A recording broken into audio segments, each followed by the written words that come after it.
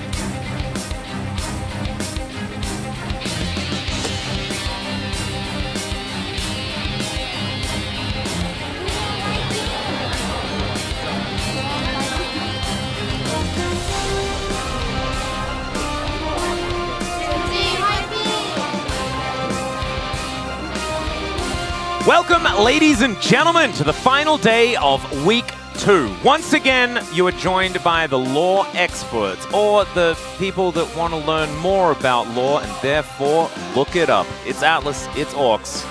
We're here to bring you Bro versus Gen G. Yeah, and we're really hoping we get a Nautilus pick just so we can dive a bit deeper into the lore. We were so close. Dive a bit deeper. Oh, you know, we're all about that. I get it. I am in rapture by how incredibly cool that reference was. Glorious stuff. Let's save ourselves by bringing up the standings and having a look at where these teams are at. Gen G, first place, undefeated, have not lost a single game just yet. And Bro are on the other side of that spectrum, as it were. Not quite as bad as KT, though. Yeah, I mean, that's the main saving grace for Bro is currently they're not as bad as KT, but if they lose today, they might end up in a weird spot until next series. Yeah, and then next series comes around and they're going to be relying on Humble Life Esports to carry the torch. But we're getting a little bit ahead of ourselves. Let's focus on Gen G versus Bro. Bro are indeed desperate for their first victory. Gen G just wanting to carry the wins through. Try and build up that momentum so that they are an unstoppable wrecking ball heading towards the playoffs. Of course, that is quite a ways off. Yeah, and also quite a challenge. You know, when you are fishing for a win, there are a lot of teams that might be a challenge for you to get that win against. And then to go a step further, there's Gen G. Yeah. Which definitely is a bit of an uphill battle for Bro. Oh my god. Ah, it's too good. Too good. All right, Coach Kim cooking up some stuff. Of course, Canyon Zyra looking absolutely fantastic. He counterpicked it the first time around and then just decided that he wanted to play it in the second game, and there wasn't much they could do about it. Yeah, which is interesting because Canyon is actually approved to play Nidalee. He's the only jungler in the league we've given approval to, and yet he can still play things like the Zyra, so it'll be interesting to see what he comes out with. And yeah, Pays on the Hand topping the duo kill standings already, and I think, you know, even though it's still early, there's not that much of a lead between some of the other members. Pays on the Hens, a big criticism we had for them in spring was their laning. Yeah. And I feel like they have been stepping up so far and will be a rough time for Bro's bot lane. Yeah, they're really carrying that momentum from the end of MSI where they really did start to pull it all together. I think finally we've got that synergy built up. Chovy, of course, still many fans here at LoL Park, obviously, but also has been playing exceptionally well. Just a little bit too much Corki for really getting those accolades, right? He's not. It's not really the Chovy Rob scenario when he just plays endless games of Corki, and we've seen him just dominate lanes on Corki all the time. So it's just, it doesn't have that pizzazz. It doesn't have that wow factor, and we'll see whether today it's going to pull out something with a little bit more wow factor. Because I can see it in his eyes. There's something there. We're going to welcome Gen.G out first. They will have home side advantage up against Bro in this first round robin of Summer. We'll see whether they can utilize that, come out with an easy first win here, because that's what it's looked against every other team so far in the LCK. Yeah, they looked so dominant, and you know, often is talked about like the MSI hangover. You know, back when I was working the LPL, I remember there was a time where RNG won MSI, and then it went like 2-6 in the start of the Summer Split. Yep. I don't know what hangover cure Gen.G are using, but it's great. I think they're morning people. Let's just go with that. And also, I guess I don't really want to go into it right now, but here in Korea, we're pretty good at dealing with it. Let's just say that. There's plenty of stuff that you can utilize.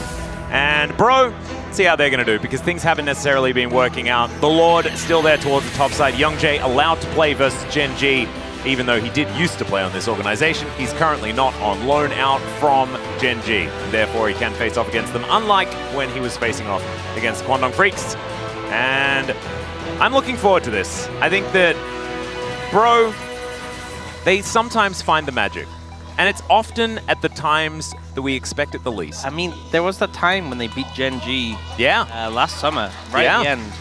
So guess what time it is? It's summer. It's not right at the end. Yeah. It's right at the start. But they might switch it up for us, you know? I think the thing is, even though it's obviously a very God. hard matchup, which is reflected by, you know, you're saying that. Look at that kill participation. Yeah. You know what that is?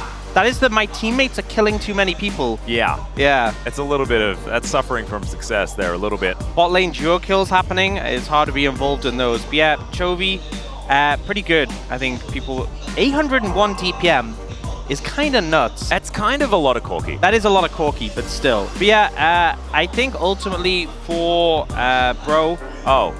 And we messed up some of the stats, so actually it's even worse for Garrus. God. Oh dear. Well, I think the main thing is that obviously this is an uphill battle. Expectations are low in terms of a win for Bro, but you know, just showing what you can do, having some life, doing the best to challenge them, and maybe learning something from the series. I think that's my hope for them. If they exceed that, fantastic, but that's what I'm hoping they get out of this. Yeah, I just hope that they have a great experience, enjoy their time here at LoL Park and on the Rift, and just have a great time. Yeah. And I think if you're a Bro fan, you should probably expect more than that. I think that you really need to try and aim for a victory, and it doesn't matter who is on the other side of the Rift. It doesn't matter whose Nexus you are staring down. It is still just a Nexus. Every Nexus worth 50 gold in the end. Yep. So I reckon they should go out there, pick Nautilus, and let us talk about it. Yeah, interesting. We didn't actually show the Nexus killed stat in the graphics before, but yeah. I think Gen.G has a pretty solid... I think that, Chovy would still be up on that one as well. Yeah, I think he's got a solid advantage there. Yeah. Nexus gold earned, you know, that's an interesting stat. Didn't get to see that one. Well, I'm just... It's Paze's mother and it's her birthday? Oh my goodness. Well, happy birthday, Paze mom.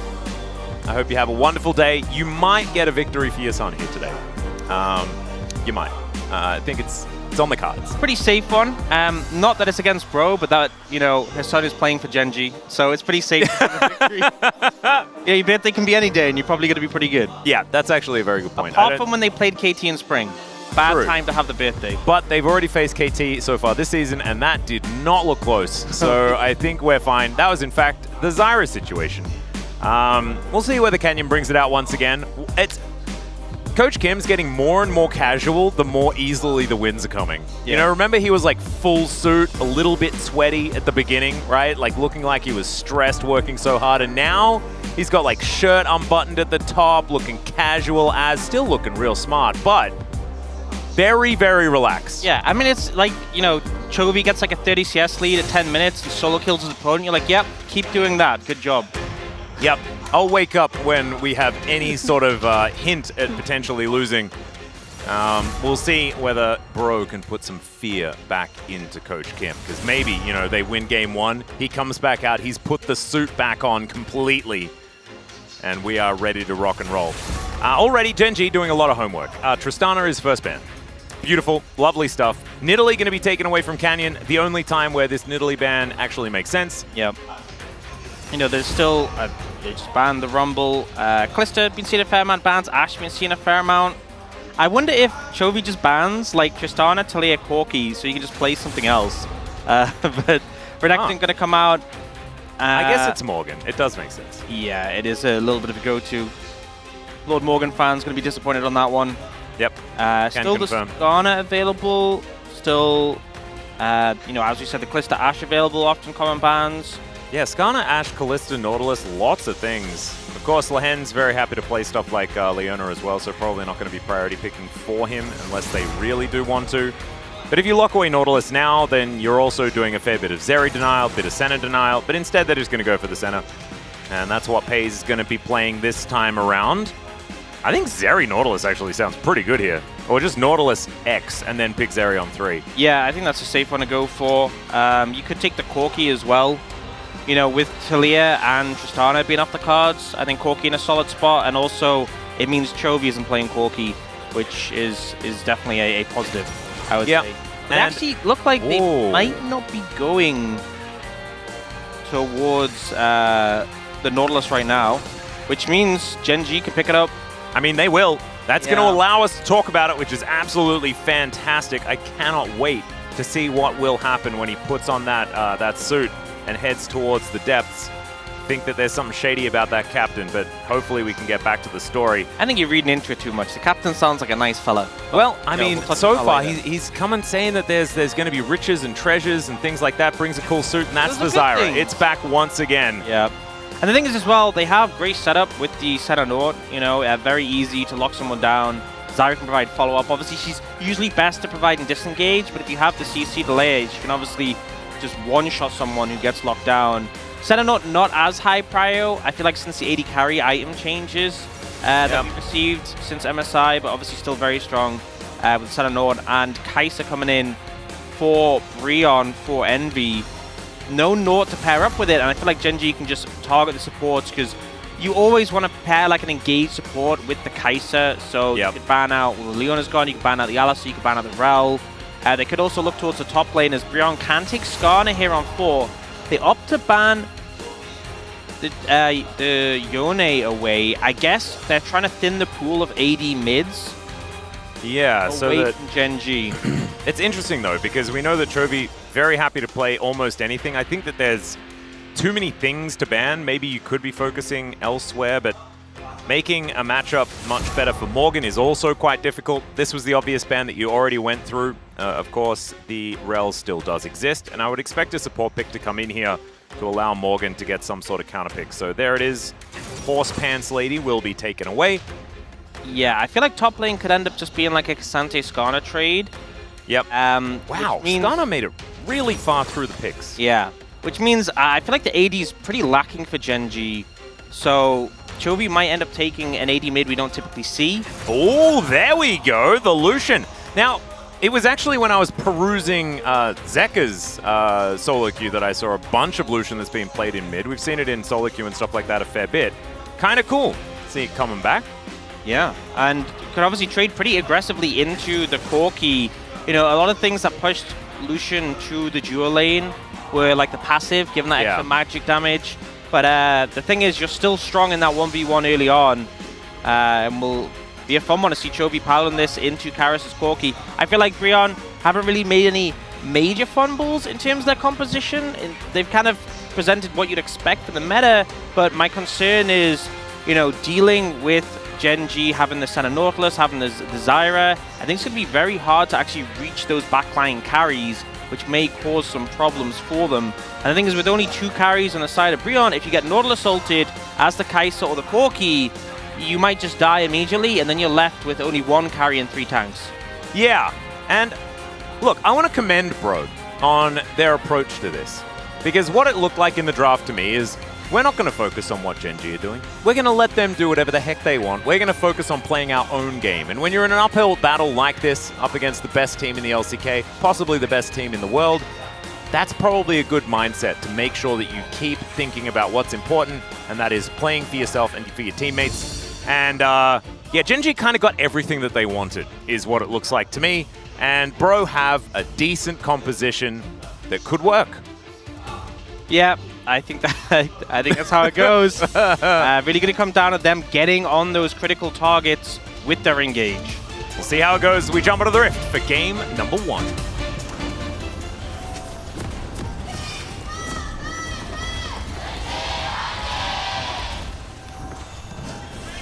소환사의 협곡에 오신 것을 환영합니다. So when we left off, Nautilus just got a new captain on his boat. Yep. Nautilus was a pretty capable free diver and often liked to look for things in the murky depths around Bilgewater, but they would always pay the tithy. Yeah. Throw a little coin into the water to make sure that they are safe. That was important. Yep. It's a little bit of superstition, but also a little bit of foreshadowing, perhaps. He then went back to port, and they were looking for some money, you know? They wanted to eat dinner, stuff like that. And a new captain came along and said he had promises of riches. And we're going to see Bro go for a bit of an invade. But it was after this. They agreed they would go with this new captain. And he brought this cool suit that Nautilus was supposed to wear so that he could head down very deep in a pretty scary part of the ocean to go and get something cool. I think I saw the suit. Lehens was wearing it. Yeah. Lehens is wearing it. Looks pretty dope. What's the skin? As Canyon always manages to pretty beautifully array the seeds. Can be difficult. Oh, I forget the name of the skin, but it was the one. I'm pretty sure like paired. There was like a Trundle skin and a Malzahar skin that came out at the same time. Was that it? Was that the skin line? You'd have to be more specific. I don't remember all of because I always just use Subterranean, which is the standard. Everyone just uses that. Yeah. Well, apart from the hens, apparently. I'll have to have a look. Is it the one that's like all a bit fiery, the Chandelure skin, the Pokemon? No. So I'd know if it was that one. All right. It's obviously not Astro Nautilus. It's not Subterranean. It's not Abyssal. It's not Original.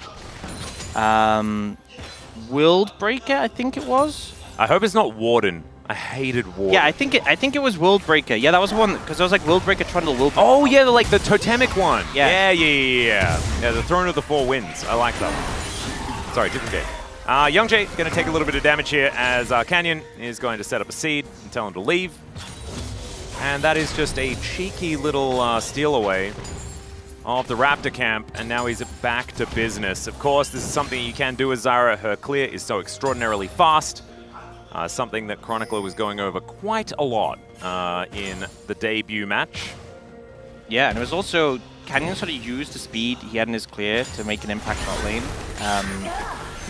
He actually used it to try and challenge him on the invade. I don't think really gained a huge advantage over Youngjae, but just stole a little bit of the camp away. Just means that he won't be able to take that camp, right? So Canyon is guaranteeing himself a bit of an advantage here, is moving all the way down towards his Krug camp. And Pays and Lehens with full control here. Envy went back for a bit of a cheater recall, collects himself a longsword, and he's actually teleporting back to lane. Interesting summoner choice here, as Canyon walks over a ward. Hollow and Envy not going to be caught out by the Zyra doing some funny business. And I think they're still going to look for a dive. So let's see whether the Stranglethorns are going to land or not the Stranglethorns, because that's the ultimate. That is going to be a decent little crash down there as Lehens just dead. Envy will be the trade kill as Pays getting a soul back, but it's not exactly going the best. The flash from Polish Shattering Strike is glorious. And that is 2 for 2 under the Bro turret. I think, honestly, played it as well as they could. I still feel like it's a bit of an edge for Gen.G because so much farm is denied from Envy. But really, that was a bad situation that Bro managed to trade evenly in terms of kills. So really well played to Polu in particular there. Yeah, really nicely done. Can't believe I thought that Grasping Roots was Stranglethorns as a Zyra player myself. Very sad stuff. But let's have a look at it one more time, as I think they did play it as best they could. Yeah, they avoided the initial CC from the Lehens. He knows he's going down. He's just trying to get the CC on an MV. And then they drop the aggro, let the tower reset. Then they re-engage the flash into the stun from Polu. So well played. Nothing Canyon can do there. Yeah, Again, wasn't even able to flash. Yeah, wasn't really an opportunity to with the layered CC. And Envy gets back in the lane. And now they're looking to potentially threaten with their jungler. All right, it's a bit of a cavalry assault here as Lahan's in a bit of trouble. Does get the snare onto Youngjae here as the tanking not going to last too much longer there from Polu. Piercing Darkness coming in.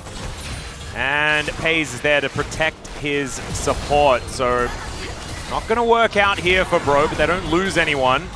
Unless Envy goes a little bit too low here as they look for a bit more of a siege. Yeah, you can see Canyon using the time once again to challenge Youngjae's Raptors. He was trying to counter there, but immediately Chovy and Canyon start to threaten, so he has to back away. I think I respect Bro backing off. That dive definitely looked like it was quickly going to go wrong, and they don't end up losing anyone. But also, unfortunately, you don't get really what they were looking for. Lahen's not the easiest target to dive under the tower, especially as he has just picked up a Ruby Crystal after that first fight. Yeah. Karis now trading pretty well here with Chovy. Does get a few double taps, but Karis is standing his ground. Gatling gun pretty powerful in these trades. Chovy not with the highest of ranges. And I do have a confession. What's that? I just checked. It wasn't actually the Warden Nautilus. It was Cosmic Paladin Nautilus, apparently. Cosmic Paladin? Which is a new skin. Ah. Well, there we go. It's not new, it's the newest skin. Got it.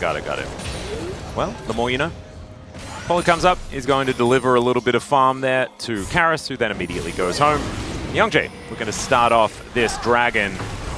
Final grub to be taken here from Canyon, but I don't think he's going to be able to get towards this bottom side river to try and challenge for this. And as I say that, he heads towards, the Krug camp to just continue absolutely obliterating everything that Youngjae thought belonged to him. Yeah, as you can see, Canyon's actually full build, and that he is Painted Ashes. Yeah. And that's all you need. Look at that. Plants just doing the work for him. Doesn't even need to be there. Beautiful stuff. Yeah, so definitely going to build up an edge over time over Youngjae, and this kind of feels like the hallmark of Gen G is just building up farm advantages. Also, something to note is that bot lane is pretty far ahead in farm, because Lahen's is even to Envy, but Pei's actually got a lot of CS. Yeah. After the dive, so combined, it's a pretty big advantage for the Gen G bot lane. And Chovy, so far, I mean, he's been doing fine in this mid matchup, but Karis has been holding it pretty well. Yeah, he is. Does have his steel caps as well. He's actually up 1 CS. Oh my goodness! That is not what the stats told me. Although it's not 14 minutes just yet as Chovy going aggressive. There's the flash in from Youngjae, and Chovy put in prison and taken down by the Bro jungler. Yeah, not really sold in the solution pick yet, but good play there from Youngjae coming in with a gank. Doesn't give any opportunity for Chovy to outplay with the flash with the dash. And a good reprieve for the mid laner. Karis, unfortunately, doesn't get the kill, but will appreciate the assist. Bot lane, though, not going too swimmingly for Bro. Yeah. It's really not quite working out for them, as Lahen's just going to be parking himself here, and they just really haven't been able to find any sort of headway, and we don't see this really with many of these center lanes, at least recently, like getting all of this lane control. This time around, certainly working out for them. As we check this out one more time, Chovy dashing in, and that was his demise. Yeah, good bait there from Karis. Steps up, obviously, the Lucian looking to take those trades where you are dashing in, putting down the pressure. Just a well-played one there, and it looks like they're set up for another dive here. Polu's a little bit far away, and Canyon now has ult, as does Lahen's. This is so dangerous. Yeah, Canyon moving in, and they'll be able to zone them pretty consistently away from this entire minion wave. Might even be able to wait for the next one. We'll see. I mean, I feel like there's such a big spike in the Zyra. It's actually hard to fight them between the turrets. Yeah, well, in they go. Lahen's finding a huge angle. The Dawning Shadow is glorious. Hook was set up by the Stranglethorns. But Karis is making his way over. The Killer Instinct gets Envy in there. Canyon's still standing his ground, but he doesn't find the Grasping Roots, and now Chovy just culls down Youngjae. That's going to be the kill there under the inner turret. Envy and Karis now just trying to stay safe under the remnants of their outer and bottom lane. Yeah, I mean, Genji had so much control there. There is a kill picked up by Bro, but it's so hard to fight against this Zyra. And what ended up happening, oh no. Oh dear, hook, gonna miss. Is Youngjae just got completely split from his bottom mid there. Allows Chovy to pick up a kill. Really good moves from Genji, and they're now about 1,400 gold ahead as a result of that play. Yep, and we looked at top lane for a second. That's the quota. That's all we needed to do. Let's have a look at this fight one more time. Yeah, Lehen's actually messed up the mechanic with the R flash that we saw in Spring from him and Execute. So it doesn't get the knock up on the MV, not ideal there, and he does get punished for it. So it could have been a better play for Genji. Also the root missing there for Canyon, but then obviously Chovy just takes out Youngjae with the culling. So yeah, not a perfect play from Genji, but still goes in their favor. Yep, they're not going to be too disappointed about it. They have a decent advantage. They also have about all of the possible late game insurance that they will need, I think, for this game. Center, of course, setting up for that one. They'll have two massive tanks in Lehens and Keen. And Canyon, I think relying on the Zyra for the magic damage is something that they can be very capable of. And with Hexagrubs, they're going to be very, very pleased with their ability to siege turrets. Yep. Especially when you get longer range on the center, and also which could be quite a threat in the side lane. Definitely a lot better picking up those 6 grubs than it used to be. Like, the damage you get from the dot is way higher than when they came out on release. Yeah. And you know what I'm sad about, Orcs? I feel like this game is just going to continue to be pretty action-packed. Yeah. And normally, pretty psyched about it. Very pleased to have a lot of action. But it does mean that the setup I had was completely unnecessary for my Nautilus story. As I say so, Polu looking a little bit aggressive, but Lehen's going to back away. Youngjae here in the nick of time, but Genji do not take the bait. Yeah, it's like when you run a flight or you have a commute and you find something really fun or interesting, like you have a book you really want to read or a series you want to watch. Yeah. You go on it, and then when you get to the end of the trip, you're like, no, I want to keep doing that. Yeah, or you've got like the plan for what you're going to do on the trip or on the flight, and then the in-flight movie's actually really good, you know, like on the TV on the screen in front. So you just never do any of the things that you set up for yourself. Yeah, and like you still have a good time, but you know, you'd planned for this, right? You had something in mind. And you were looking forward to it. And then it turns out that it was unnecessary, as the Rock is going to be exactly that as well. Not really finding the mark there from Keen. As the Infernal Dragon being considered now for Genji. Have a fair bit of control, but now Youngjae looking for an opportunity. Nice Shattering Strike, and the Magnet Storm's just as good. Oh! But the Stranglethorn's under 4! Dawning Shadow as well! And Keen's even going to survive! Canyon locks down the kill on the Cassante, and oh man, if that ain't gonna work, what does Polu need to do? Oh no, Grasping Roots not gonna quite find the mark there, but they still get the flash out of Youngjae. Genji unrelenting, and this Zyra, it might need some bans. How many champions are just like Canyon exclusive, you know, here in the LCK? I mean, I honestly think the Zyra, a lot of people can play it. You know, we saw the brand work really well the other day. I think it just helps that Canyon happens to be good at League of Legends. And on Genji. Yeah, those two factors really... There is something about like a jungler that can be this incredibly fast and efficient. It does kind of rely on having lanes that are in a fair bit of control, and that is something that Genji also has in spades. So absolutely, he is an incredible jungler, but also on the team that makes it the easiest to be a jungler. Yeah, for sure. I mean, especially, you know, bot lane had so much pressure this game he could just lean into. Really helps out in that regard. Top lane's been very stable, mid lane's been pretty stable. And yeah, I'm honestly surprised. I mean, there's a lot of bulky members on Bro, but I'm surprised that only one person died in the back end of this. This looked like, I was like, that's 4 kills off the bat. A lot of flashes burned to make sure that wasn't 4 kills off the bat, but still a big advantage for Genji. Yep, they'll collect themselves the dragon and look to just take control of these waves. They managed to take down the bottom outer turret as well, up the back end of that. And that's going to put them towards a 3.5 thousand gold lead. That is nothing to scoff at here at 13 minutes. Plate's about to fall in 15 seconds time. That does mean that Genji were able to pick up a fair few of them. 5 in the bottom lane, 2 in mid, and 1 in top. So it's a bunch of extra money. And I believe they protected their plates pretty effectively, only losing 3. Yeah, you can see full board at the bottom, where the gold has been coming from. And turrets, that's quite a bit of a gap between them. 1,300, yeah, decent amount. Yep.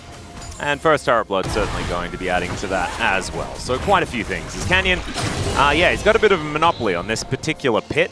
And when we tick over to 20 minutes, that'll be really dangerous for Bro, as Pays just being a bit aggressive towards Morgan here. Keen just going to lawnmower his way over, and Morgan is taking a little bit of damage here. Does manage to negate the Impale, goes all out, but the tanky Skarner is able to survive, and he's got a center there for the backup. Great flash to get out of the way of the hook. No one really dying, but it looked like Keen was, he just, like he should have, right? I mean, they turn the focus on him. They don't quite have the damage to cut through, and Lehen's engage creates the space for Keen to escape.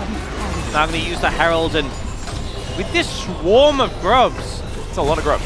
It's going to be another with this charge. They might just be able to take this. My goodness, and they even managed to land the root as well. Envy, he turned up and he was like, well, I mean, it's 15 minutes. I'm at an inner turret. I should be okay. No, not okay. Not okay at all.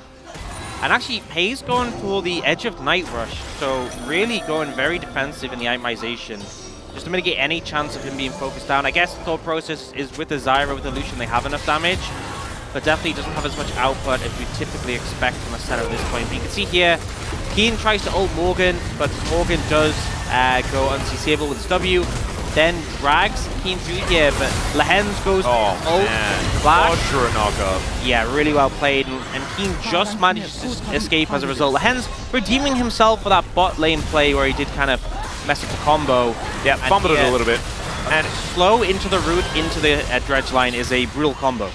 It is. Zyra Nautilus working out very, very effectively at this point in time. And that means that Canyon, 3-1-3, has his Rylai's Crystal Scepter completed now as well. So these are the two most necessary items for Zyra. Everything afterwards is just icing on the cake. And yeah, the news is just way worse here for Bro. He was already doing so much here. I think maybe he'll even be able to get himself a POG for this one. I think he was unable to in the couple of games that he did play. Not, you know, for anyone's fault or anything like that. There are a lot of just it's very good players on the team. Yeah, we talk about Gen G being a, you know, it's obviously great being on Gen G, very good team, very good teammates, but when it comes to getting POGs, there's a lot of competition. Yeah. I think it was, it might have been Pays and Lehen's that picked it up, or it was Chovy and Lehen's. Yeah, I'm looking at it now, and Lehen's and Pays both have 2, Keen and Chovy both have 1. Yeah, so I think it might have been the Chovy one. Canyon really trying hard to get one in the bag in this game. And it's so funny because we're talking about Canyon trying really hard to get a POG when he was like the default POG getter for so incredibly long. Like 2020, 2021, no one else could get one. It was just always Canyon. Yeah, I even remember last year when he was on D+, it felt like every game that D+ won, he was POG, and if he didn't have a good game, they just lost. And I'm pretty sure he tied for first in POGs then, so... That sounds like the Canyon way. Yeah, he's suffering from success right now. Joins Gen G, doesn't get a monopoly on the POGs. And I can hear Keen saying like, yeah, cry me a river, bro. Because he's pretty used to, you know, being that main character, probably pretty happy to just do a fair bit of winning. And that's precisely what Gen G have been doing. And that looks to be continuing here. Almost a 5,000 gold lead. We've got 8 seconds until the Mountain Drake is going to come up. It's quite a decent soul there as well when you've got a farming Nautilus and a Skarner. Oh, goodness me. And fighting into a Mountain Soul from behind just doesn't sound like a very good time. Yeah, it makes it very difficult. And the extra resist, obviously, great value on the tankier members, which you have with the Skarner and the Nautilus, but even makes the squishier members just a bit harder to kill when you're already lacking damage. You have to say, you know, obviously Bro's struggling right now in this game, big deficit, but Karis has been having a pretty solid performance so far. Yeah. Just holding up in farm, was able to contribute a little bit on those kills they picked up. So maybe that's the hope for Bro, that he can pop off in some fights later on. Might be a way back in. Also, if Envy's ever able to get to a couple of extra items, they do have a decent damage split with their 2 damage dealers, especially after Nash's Tooth is done. So some possible angles, but the problem is that you look over the other side and you've got Zyra, who scales extraordinarily well, just also able to control the battlefield very effectively. Pays just going to stack forever. And Chovy will be able to dart around the battlefield, and once he does get to 3 items or something, he's going to be very, very powerful himself.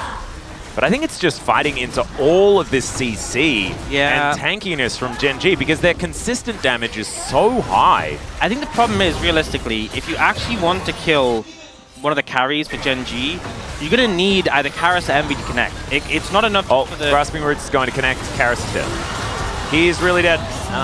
Very, very dead. Yeah, big time dead. Lehens, I think, even missed out on an assist. Oh, no, he didn't. Oh, yes, he did. He did manage to assist, killing the turret, though, so there we go. Some mites heading towards this inhibitor turret here as we crest the 20-minute mark. Yep, pretty quick to be pressuring this already, and obviously the 6 grubs helping out with just dealing damage to the tower here. Obviously, bro need to wait for Karis to be back up before they can really contest any sort of fight, and Gen G look like they might just take this inhibitor tower before he gets back up. Yeah, and look at their pathway that they have towards the Baron as well. All of this vision that they have available to themselves. Olu. Yeah. One area that wasn't vision, Yeah. they check it. I mean, that's the only place they have to check because they can see everything else. And this is the best part about Zyra once you have Rylai's, is that the plants that you spawn with your E are now the same as your Q, and the Q has a longer range. So just feels like you can slow everyone down forever and feel really good about it. I remember thinking that it was a bug that the plant auto attacks proc Leandri's when Zyra first came out. And she was really broken when she first came out, so it did kind of feel like that. And then that's the thing. It's That's just how it intended. is. Yeah, it's how it's supposed to go. It's fantastic. All right, Chovy dashing around, does manage to get Karis out of here, and as soon as that Grasping Roots lands, you just know. Like, he even avoided the damage from the Stranglethorns. Didn't matter. Yeah, pretty unfortunate. I mean, I think the E is quite slow, but the range can be pretty deceptive if you haven't played against Zyra that much, and it's not a champion we've seen for quite a while. And obviously, well, not one you see in the mid lane, so Karis... That's the only place I play it. Well, that's certainly a place you can play it. Should have scrimmed against Karis a little bit more. No, I shouldn't. I don't think that's good learning for him. Okay, bro, just trying to set up some sort of desperate defense as Polo's going to get engaged on. Sometimes we'd say that that's a bad idea, as Youngjae does manage to find the ulti, but it's onto Lehens. Morgan gets the double knockback, though. The all-out it's just too little, and it is just too late. It could have been a cool play, but unfortunately, they just don't have the wallets. The wallet difference here is just gigantic. And I just think it's And there's the 3,000 assists for King. Congrats. Oh, there we go. First in the LCK top, so pretty big achievement. And I think the issue here really is that, as I said, you need Karis or MV to hit these targets if you want to actually take them down. Morgan and Youngjae are just getting mangled by the Zyra. You know, they try and make something happen, they try and connect on the squishy target to Gen G, and they just get eviscerated by the plants. And Karis and Envy, if they ever try and step up, they'll just get Nautilus ulted every time. Yep. And there's not a whole lot they can do about it. And this is the thing, this is the gamble that they took, right? They gave Gen G their most powerful bottom lane throughout all of 2024. This Nautilus center is something that they have been extremely good at ever since they lost to it. When KT brought it out, they have perfected it. And yeah, there was just not a whole lot they could do. Keen having a great time running through the walls. Yeah, and it was a good block. I'm not sure how intentional it was. Lehens blocking the ult for Chovy. Yeah. Really just made that play not happen. I think that might have been a little bit on Chovy dashing behind Lehens, saying, you can have this one, buddy. That's what you're here for. Yep. And Lehens probably didn't even notice because he doesn't take very much damage. Yeah. It's almost 10,000 gold lead. It's almost 23 minutes into the game. It's shellacking territory right now. As Gen G probably will position for this dragon, as Canyon throwing down a plant. Honestly, they can just get it when they exit. You know, they have a lot of time on Baron. They'll probably just pressure these inhibitor towers. They've already got the one in the top lane. That's a lot of center damage for this stage of the game. Oh. As, all right, Morgan. He is going for the deepest of flanks. As there's the Magnet Storm onto nothing. And Morgan, he will turn up, but it might just be a graveyard as it's a double kill for Chovy to start this one off. The plants have stopped Morgan's approach entirely. And Chovy grabs the triple. He'll also grab himself an inhibitor. It's not enough to take away Canyon's POG, I don't think, but they might be able to get Chovy a pentakill if Envy and Youngjae can get coaxed out. And instead it's Canyon. The easiest champion to kill steal on is Zyra. And Canyon is going to deny that one. Make sure that we all know who is deserving of the player of the game. And Gen G I don't think their winning streak is going to be stopped here. As game one looking pretty comfortable. And you know, I think Bro had the right idea of that play, but Morgan was coming from such a long distance away. Apollo engages early before they notice him, but as a result, he just gets nuked by the Zyra, the plants roll down, 2 members die before Morgan gets there, and he gets turned on, focused immediately. I don't know, I don't think it would have made really much of a difference if the timing was a bit better because they were just so far behind. An insurmountable difference in terms of gold, and also on top of that, just a struggle to deal with the Zyra, causing so many issues for a short-range composition like that. I don't know if there's a specifically adjustment you would make to the draft that could fix this situation, but like make you get to a point where you're winning as Pro, but I definitely think things like the Zyra very problematic, the center Nort caused a lot of issues. I think maybe wasn't too much of a problem. Blue side might help. Blue side definitely does help. Gives you that extra power pick, I guess. But this was, even if that, like, the first dive that Genji went for, it wasn't clean. It was a 2 for 2, right? But Envy was put so far behind. Look at this damage that the center does. Like, this is a regular carry. We have so many people complain, like, oh, why do you put X amazing player on center duty? It doesn't do anything. Well, maybe this is why. This was Edge of Night rush center as well. Yeah. You know, defensive quotation marks center. Well, we're going to go and ruminate on that one. We're going to go to a short break. When we get back, the space is going to break down. We'll have game number 2.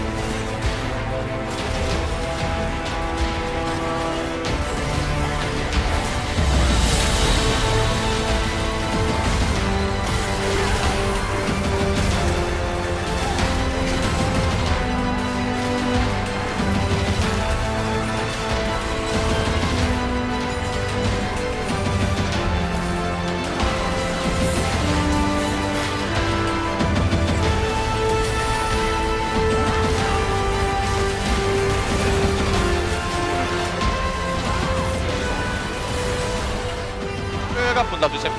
당했다. 한타 이겼어. 그렇게. 뒤에 큰 한테. 뒤에 큰 한테 맞아. 나 그냥 앞으로 갈게. 나가 펜타 없던 거. 나도 펜타의 꿈을 꼽아도 되나 혹시? 뭐 들어간대요? 풀그램. 프리인데 그렇게를. 리노. 먹어. 야 나왔네? 얘네 나온다. 뭐야? 랜드는데? 나 타워 칠게. 나 펜타 뭐 못해? 아니 난 펜타의 꿈으로 남길게.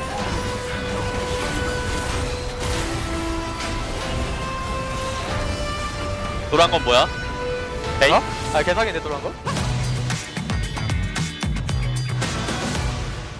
D+ 기합니다. 재밌는 퍼포먼스 다 같이 함께하면서 좋은 한번 시작 알려야겠죠? 야 호수야, 너가 저거 들었으면 너 손 이랬을 걸? 생각보다 무거운데? 뭐? 한 손으로 하고 있을까? 막세 저거. 떨리네. 괜찮아. 괜찮아. 그냥 즐겨. 카디 야 버려. 스카너 노공. 전력 버려. 먹고 도망가자. 빼면서 빼. 야 앞서 좋아. 빼. 미안하다. 실수. 야 레일. 오케이 괜찮게. 야 한다 백. 바스 노공. 좋을 것 같긴 하다. 스카 노공 스카 넣을 거야? 야 애매한 거 같아. 그냥 한 방에 걸면 이기려나? 너 좀 집중해봐. 야 넘어가자 이거. 3번 넘어가자. 쌈 보자. 타임 노플. 야 이거 바로 쳐주면 돼. 아니라. 바로 쳐. 야 바로 칠다. 야 바로 쳐 얘들아. 바로. 떡 조심해. 바로 쳐다 바로. 떡 조심해. 나이스. 경주야. 심호흡 한번 할래? 그래. 너 그랩 오냐? 못 맞출 수 있지. 아 그냥 진짜 싸면 무조건 그냥 내일만 먼저 그래프에 쫄지 마 얘들아 진짜. 야 그냥 할게. 야 바로. 야 바로 잡았어.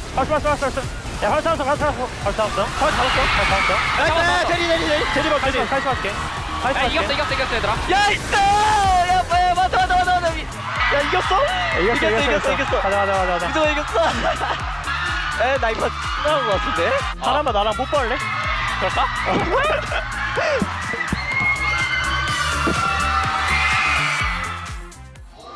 아, 곁땀나. 김영이 내가 준 거 발랐어? 아니, 오늘 좀 흘리고 싶어서. 재밌겠지? 재밌을걸? 내가 열심히 해줄게. 다 그냥 후후하. 편하게 해. 아르케 싸움 보고 싶은데 못 보나? 살짝 본다. 공 맞추고 뭐. 빨리 볼게. 빨리 잡고 천천히 해봐. 죽여. 에조표. 야 이거. 나이스! 나 미드 나가도 돼? 나가도 돼. 나 미드 살짝 본다. 미드 본다. 애쉬 속박이긴 한데. 공쳐놨어 일단.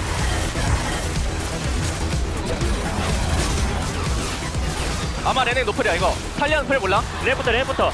준이 없어. 내가 잡을게. 오우야. 야 이거 할말. 야 본다. 바로.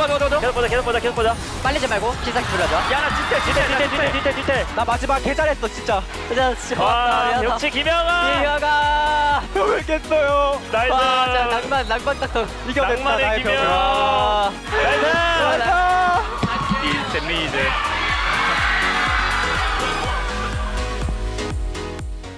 뺐다. 나 뭐야 이거? 이거 레 슬로우. 레부터 봐야 돼. 레부터. 뺐다. 정지야. 정지야 개혁이야. 아니 나는 죽어가는데 옆에서 펜타를 치고 있는데? 아야 더블킬부터 펜타임 이미 그냥 말이 안 돼. 나 트리플 킬부터 했어. 앞라인부터 쳐볼래? 해봐. 좋아. 천천히 보자. 해봐. 나 집 볼게 나는. 야, 펜타 먹어. 배달해줄게. 펜타 줘. 나이스. 와, 이걸 진짜 하네. 페이즈 형 따라했어.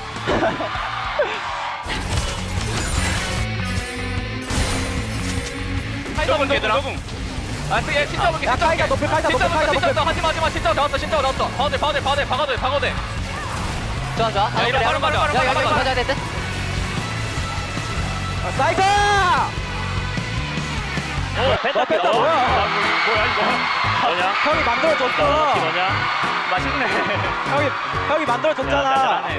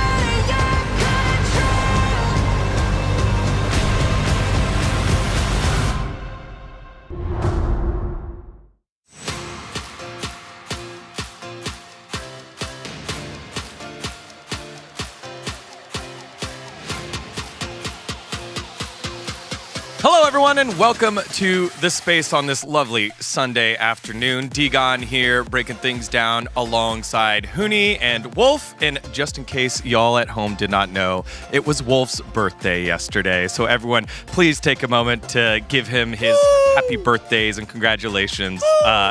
It's your time, Wolf. How do you feel? I mean, thank you guys so much. It was a great birthday. It was my day off. I, just kind of avoided that D+ series and I had a good time. I had some lamb skewers. It was great. I had a pretty good time in this first game of this series as well. We take a look at the draft, and it's our shortest game of the season, by the way, by about 14 seconds. Yeah. So Genji, by the way, 2 of our shortest games of the season. The first one against T1. They improved the speed run this time around against Bro. Yeah, well, the Bros cannot be stopped here, right? They got to be number one in something, so they got that one. Now let's take a look at the draft here. Yeah, I mean, it was like really interesting to pull out the Lucian and the solo. Like, I still do remember like all the like back in the days, like when the Corki was like the I would say pre-change. Like it was like kind of similar as right now. Like it was like almost like season 3, season 4. The Corki, like when there's a Corki, it used to be the pick answer was a Lucian because you can kind of Q poke in the lane, and I think that's the kind of the main concept. The why actually Lucian kind of pulled out against, especially against the Corki. I did really like the Senna Nolos in bottom, especially with the Zyra jungle. Like it's so like you actually do need a like consistent DPS on the top side on the map, and they already have a Skarner on top side, so they needed the jungle data from the DPS, so it really balanced it out. Yeah, I really feel like Gen.G got everything they wanted in this draft. The Lucian feels pretty decent into the Corki, even though his power's kind of been budgeted a little bit differently for a duo lane with the Enchanter passive. But you can still trade pretty well into the Corki as long as you don't take too much Gatling gun damage. They got Senna Nautilus, though. That's kind of a cardinal sin to give any team, but to give it to Gen.G, I mean, it's as I saw that, I was like, well, Lucian mid is pretty cool, but I mean, do we really even have to talk about the rest of the map, you know? It's not allowed. Well, we've seen a little bit of Nautilus be without Senna and Senna without Nautilus like earlier this week, but Gen.G did not pass that one up, and they made them pay as we take a look at some of the highlights here. A lot of focus on the bottom side of the map here, Huni. I mean, it's from Gen.G, like really had a nice move. Like obviously, like it's after these, like it's so hard to play it out like as a both deal. Like your AD carry just died like the biggest wave, like at the like this early of the game. Like sure, Polo kind of clutch the moment, like sure that he kind of kill back, but this play is connected. Yeah, unfortunately, the Corki isn't going to be able to make a big impact in these types of moments in the early parts of the game. The Lucian, however, absolutely can, so it's really easy to set these up and have control of mid, where the Zyra can come in and set these dives and deny the Kai'Sa farm. So it's just really good play from Canyon, and he's trusting Chovy right on this Lucian pick, and there's not much that a draft of Bro can do to answer this, and I think this Kai'Sa pick here kind of feels like a trap, because you're like, oh, okay, yeah, I could kind of zip past the Nautilus in these team fights, I can get on top of the Senna, maybe blow her up, but ultimately, it really doesn't work out if you fall this far behind. The Sejuani also just felt like it was a comfort pick coming through from Youngjae, but didn't really do much for me in this draft. Yeah, they did get one good look, one good opportunity around the Drake fight, did the Bros. And it led to this replay, and Wolf was screaming his head off like, are we really going to engage on the Skarner here? Well, I mean, look at Keen. All he has to do is stand in this choke point, and there's nothing Bro could do. And ultimately, they decide, Paulo's like, I can hit 2 with my Magnet Storm, so I guess we go in on this. But the Skarner is tanky enough to just absorb that damage and then instantly set up the Impale. And obviously, the Canyon is there to set up the Wombo as well. So yeah, Keen goes extremely low, but they win the fight instantly just off of that turn. And it wasn't really, I don't want to criticize Bro too much in that moment because there wasn't much they could do, but you could see the power of Skarner when you're ahead, when you have that choke point control. Like, Bro had no control of the map whatsoever. They had to fight their way through that Skarner, and it just kind of felt like the game was checkmate since the lane dives bottom. Yeah, I mean, since this is like 24-minute game, like this was probably, I would say, like the last chance, like actually last bullet that what Bro like actually had it. So like this is the reason why we kind of put the highlight too, and I think like they just gotta be more careful. It's a new champ, so we agree. Like just be careful about the Skarner ulti. Like we've seen multiple times. I think we should stop seeing it. Now we have multiple candidates for the player of the game in game number 1 for Gen.G. The cast was talking about who's a go-to. Yes, Canyon gets this one, his first one of the season. I mean, he's got a really high counter jungle percent as well. He just controlled the entire game. Like, came down here bottom side, set up these dives. Like, Paulo, you mentioned it, Huni. Paulo had a pretty cool outplay there, but the key factor is Envy is dead and Pays is not. Obviously, at this moment here, setting up the Wombo. But he just put so much pressure on all game long. Like, these might be the big team fight highlights we get, but he was taking away so many camps from the Sejuani. He was just everywhere. I mean, this game feels too smooth. Like, wherever he goes, like, there's a kill point every single time. This is all Canyon. Watch this. Boop. Got him. 12 out of 12. Yeah! We always love it when they get it right. Again, there was a possibility it could have gone to Chovy, a possibility it could have gone to Pays there, who also did well, but looks like the cast was landing on that one together. All of us in sync. No Keck W media yet. We still have at least one more game to go here. Hopefully the Bros can get themselves out of Bro motion and get themselves a win on the board. Will they be able to do it? Let's find out by sending it back over for game number 2.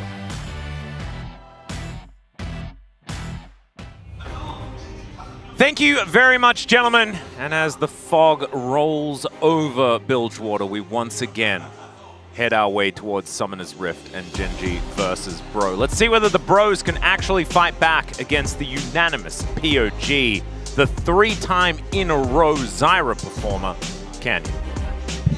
And I think the frustrating thing with the Zyra pick and how Canyon plays it is whenever he's active, you know, when he's going into a lane, he's making an impact, he's getting things done. You saw the dives on bot lane being really impactful. But whenever we saw Young Jay trying to do something, he would just lose camps on the other side of the map. Canyon would just be scooping up all of these camps. You saw the counter jungling percentage really high. And as a result, it feels like no matter what you do, you're losing somewhere. Yeah. And that's just why it's so frustrating. In the team fights, the value was massive. And they opt for the red side, which is an interesting one from Bro. Break it down for me. You know, I actually wrote into our draft sheet, I wrote Genji onto the red side already. I assumed. My bad. Never assume. There is at least a former Genji coach on the red side, so you got that part right. Yeah. Young Jay also played on Genji, so I guess there's that too. Karis also was on Genji's challenger team. You know, I said in the draft last time, I didn't feel like they made any major blunders because they didn't have Nidalee. Morgan also played with Chovy, who is now on Genji on Harma Life Esports. I think so. I mean, you're at least a little bit right.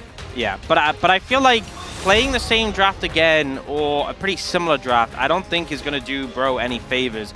Maybe here they're not going to pick up the Sejuani early. Maybe they're going to pick the Nautilus up and deny it.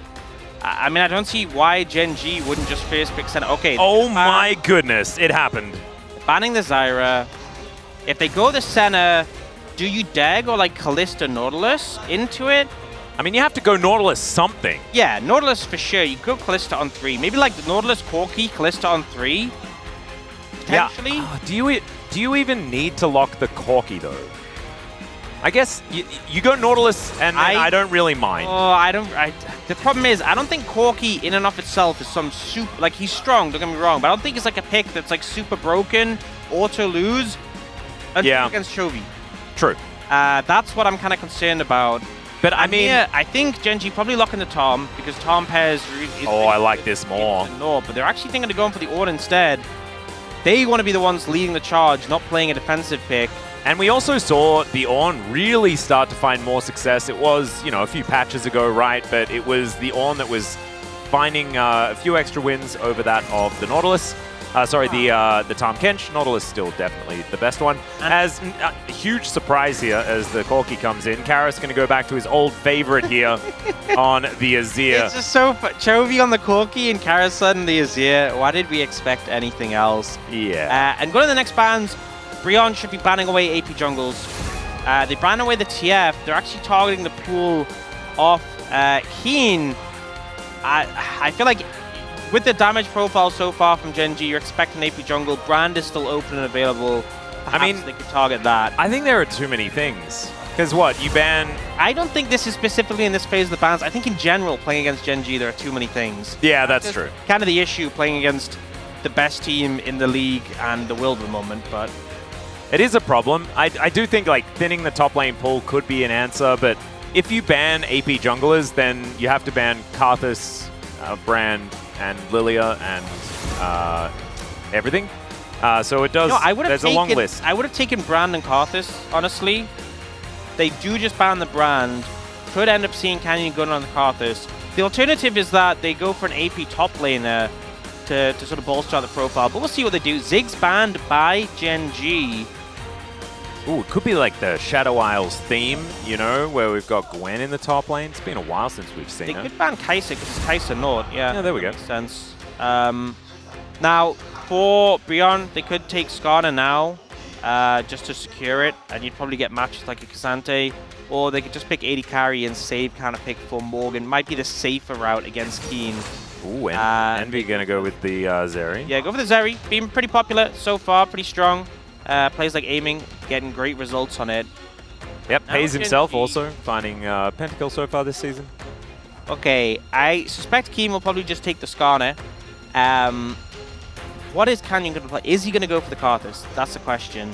Is he going to go Does he want to cook more? That's my question. Yeah, interestingly, Keen actually opts for the... Yeah. Yeah. I think he really wanted to have a bit more fun, and I think for Keen, Skarner is a bit more fun, but unfortunately, they do prioritize the victory. The coach will have just said Skarner Cassante, and he'll be like, what about... No. Skarner. What about Garen? No, not Garen. Yeah, and this is like the most obvious thing in the world, right? Yep. I mean, the thing is, there's so many long-range... Like, if you have the power of the Ornn ult, the Senna ult, and the Karthus ult, there's nowhere really... Like, you have to be so far away to be safe from all that damage. Yeah, I think you need to be in the death chamber to be safe from Karthus damage, right? Don't you need to be... You're dead or Zhonya's. Or reviving with your Guardian Angel. Yeah. But if you get hit by, like for example, if you get hit by the Ornn ult, the Senna ult's a guarantee, Karthus ult on top, you're either dead or close to. So yeah, I mean, Genji's comp scales pretty phenomenally. Great front line, great back line.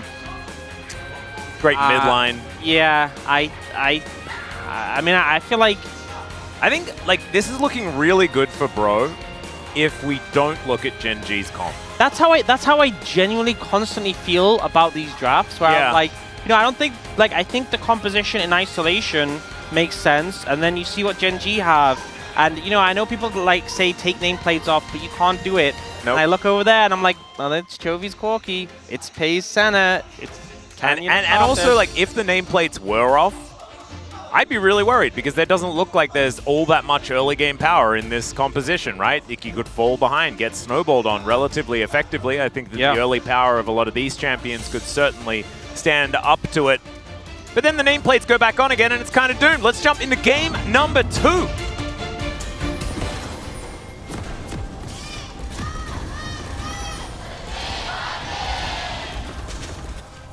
소환사의 협곡에 오신 것을 환영합니다.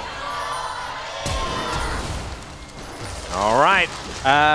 Skittles. Wait, because I just heard the flash noise there. Yeah, Canyon flashed. But Polu also flashed. So I guess Polu flashed after Canyon, and then Canyon flashed, and then Polu hooked, and then Canyon walked.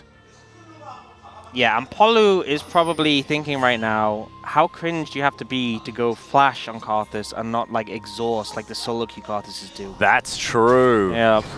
Honestly. Yeah. Yeah, I mean, I think Bro's comp, as you said it well yourself, a lot of early power, and the skirmishes. You know, often we've seen Zeri pop off, Viego pop off. It's when you start to get momentum in those fights with a few members involved. I think one of the problems in team fights, if they don't get ahead, is you're very momentum-based. Zeri is really good at chasing people down. Viego can get the resets. But there's two super bulky frontliners you're dealing with. Karthus obviously isn't a great first target. And Chovy and Pei's will be very hard to get onto.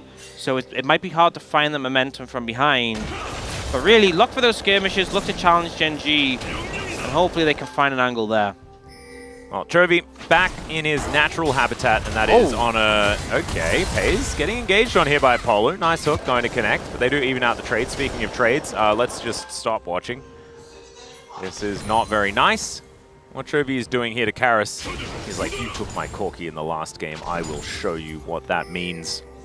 Yeah, unfortunately, you know, they banned... A lot of mid laners were banned. You know, Corki got left open, but more of an issue is that Chovy got left open, and I think should have banned Chovy. This is what we were talking about before. It's like you can deny the Corkis and things like that. Unfortunately, he's still Chovy. Did look somewhat fellable on the Lucian. Wasn't exactly the main character in the last game, but that meant that they couldn't ban something like the Zyra that they did ban in this game, and that means that the Corki comes back. I mean, even they could have just picked the Corki again. You know, they had the opportunity to. That's true, actually.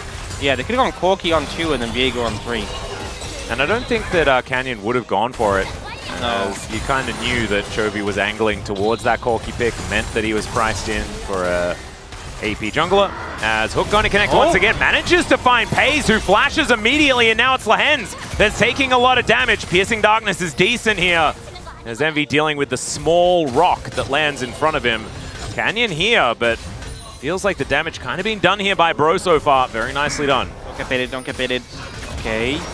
Well, Karis going to fly back in as, oh, he gets the information that Envy is gone. But also, that's great for Bro because they now know where Canyon is, waste a bit of his time. And that means Youngjae very free to go for this gank.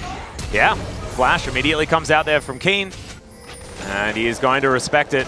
Nicely done. So a few little early pressure points to come through here. As speaking of which, you know, Karis is really making use of his health bar in this matchup. Is he though? Well, he's really utilizing it. He's getting the max value. Every bit of health is being used up. You know, some players just sit at high health and don't really utilize it. Yeah. Well, Chobi's going to miss a couple of CS, which is pretty sad. He also does have a pretty sizable lead over Karis in the farm department. So yeah, lane not going as well this time. He picks up a tier and he wants to stack it. And so he presses his Valkyrie button immediately. Like that. Yeah. Yeah, the mid lane is not really where you want to be watching if you are a Bro fan. I think elsewhere has been looking okay. Nice sidestep with the phosphorus bomb, however. You know, bot's been going pretty good. They've been some pays.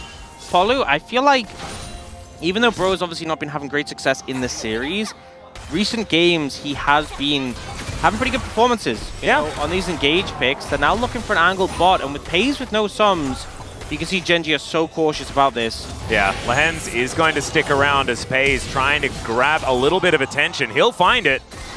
Gets the flash out of Youngjae, just sidesteps the stun. Very nicely done here. Still going to be out of the way of this experience under the turret. Lehens is at least there to grab that. You know what's frustrating is that, you know, that was a good play setup from Bro, and I feel like they did it right. It was just a mechanical misplay, you know, it's just being outplayed by Pays. Yeah. And as a result, they don't manage to kill him. Perhaps even if they'd killed Pays, they could have picked up Lehens under the tower. And you know what happens as a result? Like, you can see that not really a whole lot as Hook is going to connect onto a minion here. But the result is that Canyon just gets really far ahead. Yep. This is always what happens when he's playing these AP junglers, when he's playing these farm-based tempo junglers where, you know, it's like the cost of failing a play. Oh, Chovy taking a lot of damage here as Karis pushing those Sand Soldiers forward. Has another Arise. Chovy not going to die just yet, even capable of walking back to this lane. You know, I said he was making great use of his health bar. Well, not great use. He was using all of his health bar. The same with his mana. He has been like every time we've looked at mid. He is going in for these trades. Well, Chovy does have some health back now as Bro move over to the Dragon. They managed to take the first one in the last game. Being able to do so again here as the Infernal is going to be picked up. See what the next Drake is going to be. It's going to be a Mountain. Oh man, Earth, Wind, and Fire, game 2 of the day. That would be the way to go. We need that Cloud Soul. That's what we're hoping for. Yep. I mean, it's always what we're hoping for. You know, I'm really scared here because Canyon's approaching level 6. And Karis, if you're just hanging around, it doesn't take much for Chovy just to kind of dash in. I mean, regardless, he gets a Dark Harvest stack, right? So it's a win. Yeah, I mean, it wouldn't be a loss as such, but I feel like you'd want to get a kill, you know. That would be good. That's the ideal. You also want to get the ultimate hunter stack. Oh, that another big one. Yeah, getting those stacked up early on definitely a big advantage. Well, Keen and Morgan have been doing stuff, I assure you guys. Yep, this is the. I think it's like 13 seconds is on the quota. You have to look towards top lane in this. Yeah, got to make sure that you fill your obligations towards all of the lanes. This is always the hardest time, really, for any of us on an LCK broadcast, is having to look top lane. But here we are. And yes, Canyon turns up, makes it a bit more interesting. Speaking of interrupted! They get the flash out of Envy, but he's not out of the woods just yet. The Ignite goes down. Polu will turn up, and they'll leave the kill for the Karthus. There's that ultimate hunter stack you were talking about there, Orcs. So well played there by Lehens. You know, I feel like this is kind of the thing with a Zeri. You feel like you're so safe, because in most situations you are. I don't think you expect to get your dash interrupted by an Ornn with that brittle passive, and yet here we are. Yeah, gorgeously played. Able to use that Searing Charge to get out of the way of the hook there as well, as Chovy continuing to farm here in mid lane as we do take a peek back. This one may not necessarily work. Flash for flash, though, in the mid lane as Karis goes for the aggressive play. You love to see it. As maybe not loving to see this part of it, where he loses that trade pretty handily, but good to see that he's still making moves. Once again, Karis is 20% HP, 10% mana. This is just his 100% cool, though. what I'm saying? If we're playing the percentages game. Yep. Speaking of games, no. okay, Canyon gets the wall of pain over there. And that is going to show him that his red buff is being taken. Yep. It's not just Karthus. Most champions feel pain when they lose their buffs. But he has a But what about the walls of yeah. pain? That's a lot of pain to feel. Yeah. And as a Lich who I don't really like, he's not technically alive, right? Like that's how Liches kind of work. Yeah. To be able to feel all of that pain as someone that isn't technically alive, that's pretty impressive. That's when you know it's really painful. That's real. On a deep level. Yeah. Brutal. Maybe we should bring up some Karthus lore. I wonder what that I feel like looks our goal is to finish off the Nautilus lore. If we get time, yeah, we can look into Karthus. Yeah, looking forward to 2025 when we can get towards Karthus lores. Okay, Oh, Trophy no. going in, and Keen! Oh dear. Yep. The Impale comes out just because Karis deserved it. Yep, just grabbed his corpse, I guess. Yeah. He's already down. No, he just, like, you know, he put in so much work with his health bar down so low that he deserved to get an R button out of the enemy team. As let's have a look at this one more time. This interruption. I don't Yep, even gets think, the boot. Yeah, the interruption was so good. I don't even think Envy was looking at his character. I think he was looking towards FaZe because Lens came out of the brush and Envy did not immediately react. Got knocked up. CC comes through. 맛있네. Delicious. Delicious. Yep, and it certainly was. We could feel it. I think there is a little bit of, like, Karthus player in all of us, you know? We're like, we deserve all of the kills. And honestly, that is kind of how it feels. When you have a Karthus on your team, I actually don't mind when that Requiem comes down from the sky and takes away the kill that I have earned, because I know that even if they go AFK, all they have to do is press R a bit. Yeah. And it's fine. There's two types of people. There's the people who see the ult come down. They're like, you know what? We probably could have got it anyway. Take the kill. We get assists. It's fine. And then there's the people who see... Yeah, see the ult come down. They're like, I got this. They're like, DPS, DPS, flash. Go, go, go, go, go. I got it. And then Karthus just sitting there like, really? Yeah. Really? It's not the way to do it. That is not. Make sure that you treat your Karthus as well, because they will just feed you LP. They Don't will you press worry about R. They will do that. I mean, not all of them. But, you know, the majority of the time, they react well to kills. So try to give them those. They will at some point press R. Yeah. Hook. Oh, just barely misses. My goodness, that caught the tail of the earth there. Yeah, I'm not sure the follow-up was there, but it looked cool, and I respect it. Absolutely. Polo, he's doing stuff. And we love that. As Grubs being considered here, but you can see Bro rotating over. I'm going to take this one lying down. They will at least get one of these. Yes, they do. Genji going to be able to secure that one. Might be 5 for Genji, so it's still fine. Well, it's not 6, so... But that's true. Last game for Bro. They're improving game by game. Bro have taken infinitely more grubs this game than they did last game. You know, you're right. And that's improvement. And we love to see it. As Chovy and Canyon get to work clearing out the vision, he'll be able to do so. Mountain Drake has spawned. Seems that there's going to be a little bit of a fight for it. Of course, Genji, we mentioned earlier on that their composition shouldn't really be online right now, right? We don't have a Trinity Force yet for Chovy, even though he's really getting towards it. Canyon does have Leandries, which is kind of a huge deal. But FaZe isn't that strong. Lehens, of course, has been farming on his own quite a bit, keeping up in farm decently well with the Sunfire Cape now built up as well. Yeah, there's no obligation to fight this. Oh, dear. Well, Envy this time is going to be able to dash away. They do get the teleport out of Morgan, who does come down, and that's going to give Keen a lot of space towards that top side. He doesn't have his teleport available, and Chovy is putting these grubs to use. And yeah, they managed to get their 5th grub, and then immediately it is free time with turrets. The plate in mid lane and multiple plates in this top lane. That is teleport coming out from the Azir, because of course Morgan had to use that to get towards the bottom lane. And now they're spread pretty thin. Genji, understanding that, are going to move towards this bottom lane and get even more crockery out of these turrets. They're getting so much value here. Dragon Skin is a Hextech Soul, so pretty high value for Bro if they're able to secure that. But the amount of gold Genji just picked up across the map, now stealing away these camps as well, they are definitely getting their money's worth. Yeah, this is a waltz around Summoner's Rift. They are just dancing between objectives here. They do miss out on the second dragon. It is a Hextech Soul this game as well. If Bro are able to get things together, get towards that soul point, that's a really powerful one. But I do think that Hex Gates, when you're against Genji, just doesn't feel great, because it gives them more ability to just abuse the map state. It also gives you the ability to rotate more effectively, right? So that could certainly be helpful for Bro. But I think giving Gen G more rotational power is somewhat dangerous. Yeah. And I feel like they've just given up on this bot tower. You know, they're sending Morgan over, but he's not here yet.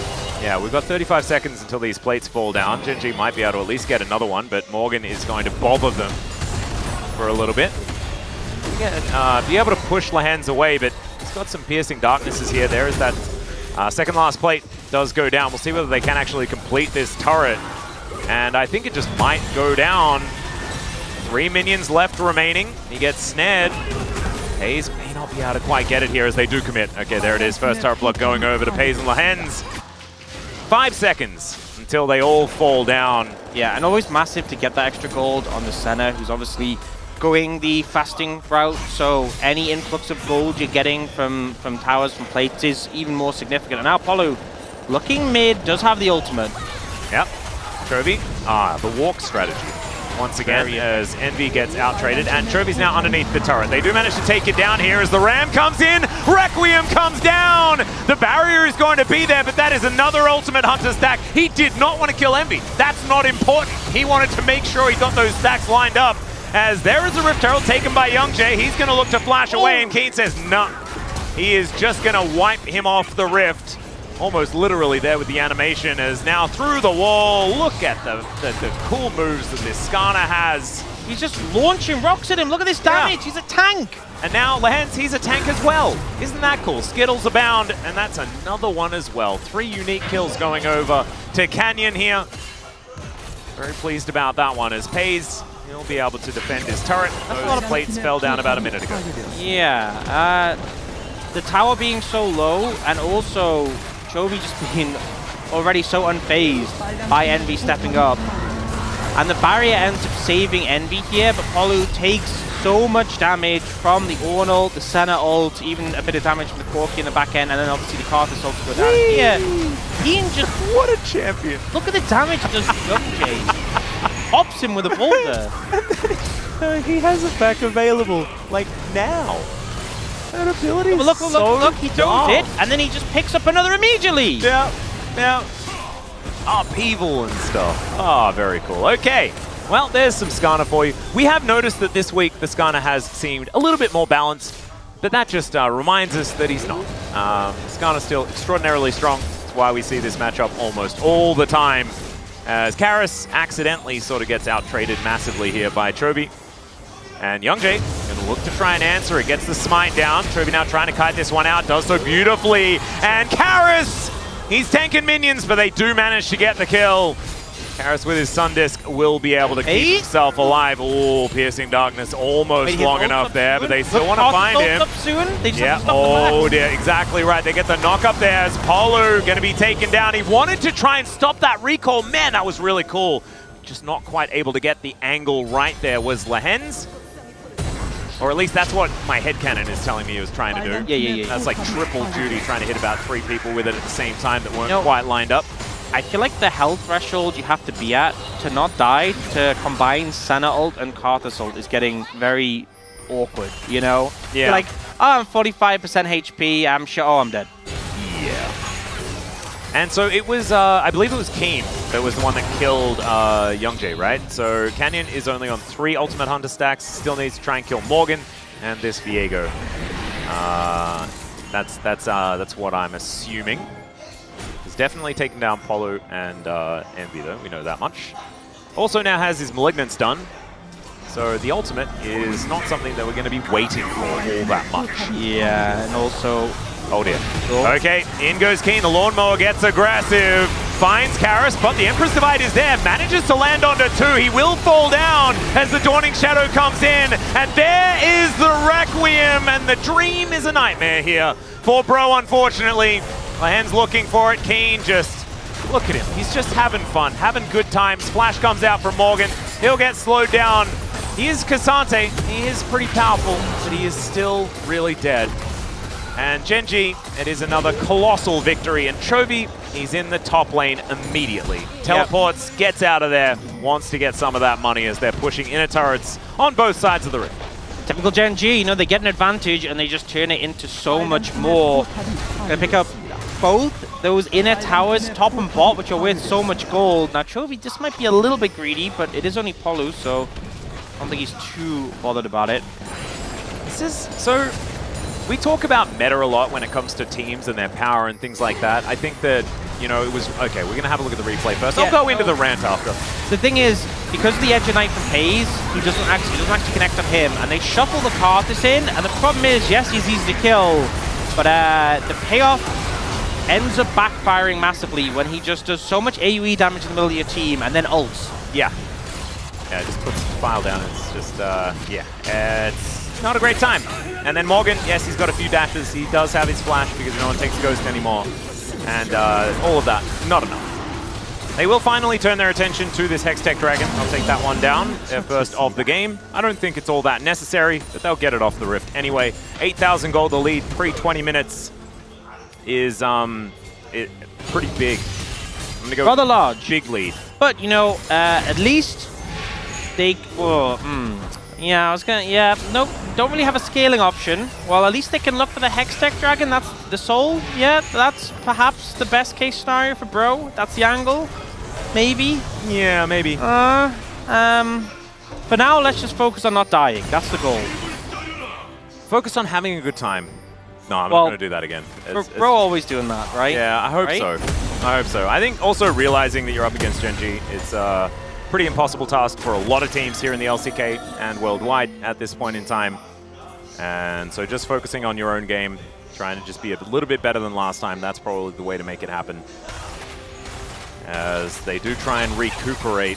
And I think this game, I mean, they got one more grub, so it's definitely been better than last game. True. And one more dragon, right? I think. Did they get 2 in the last game? I think they got 1 in the last game. So yeah, you may be right. There we go. That's an improvement. We're upping it. And they also got the Rift Herald.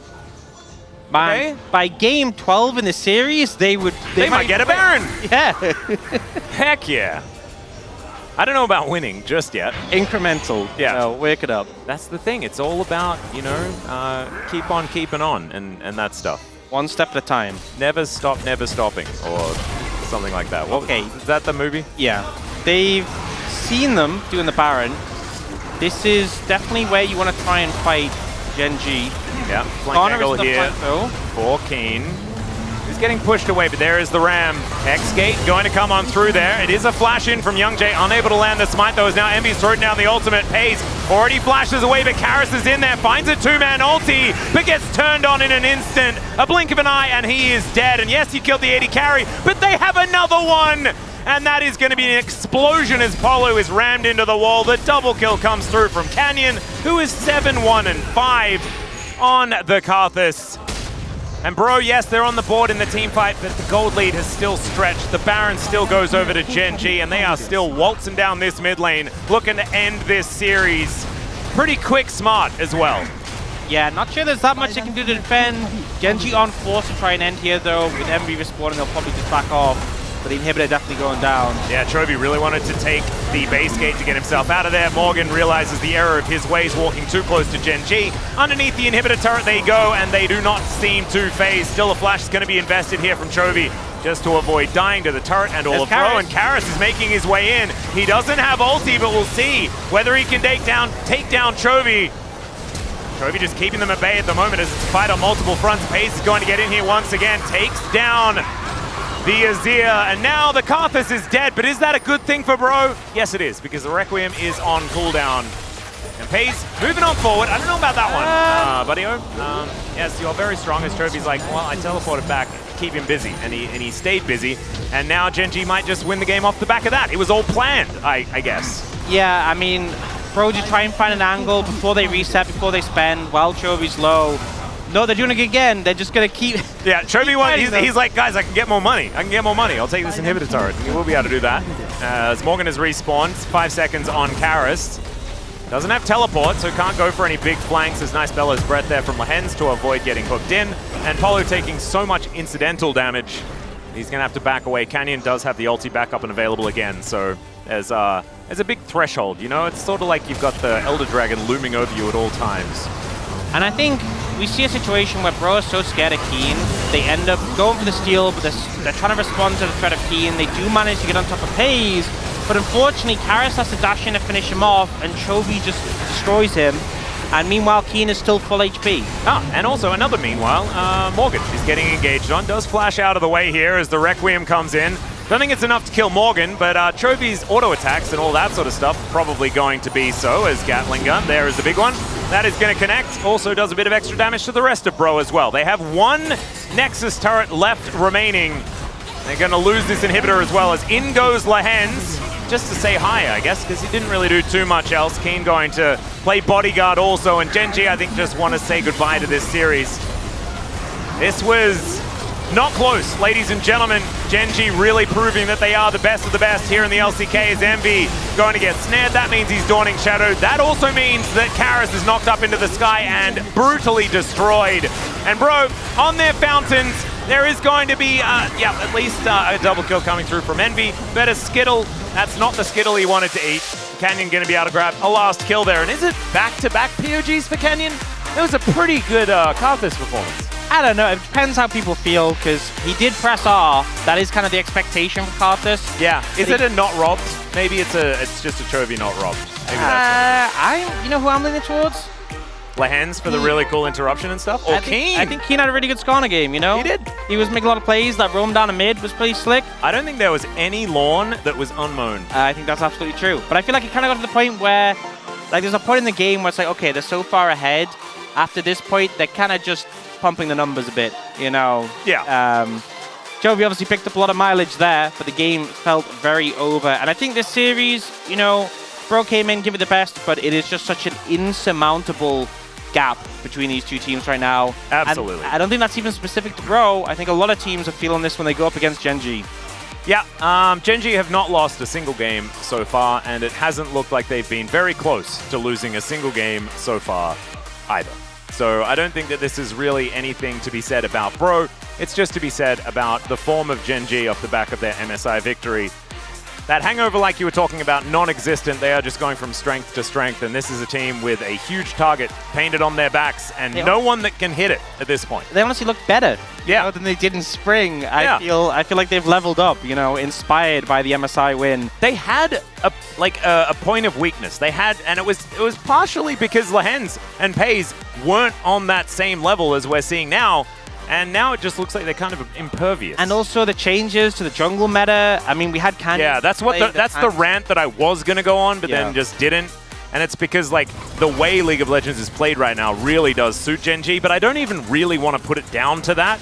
I think they're just playing exceptionally well. They're just aided by the fact that it's also a whole lot of the champions that Canyon really loves that are capable of being played right now as well. Yeah, I think it's a combination, you know, improvements, as you said, from the bot lane, a good meta for Canyon, but also Genji just being rather good. Yes, rather good is exactly what it is. Look at Kane. Look at him just drifting around, impaling Young Jay, and he just eats a Skittle, and it's not great.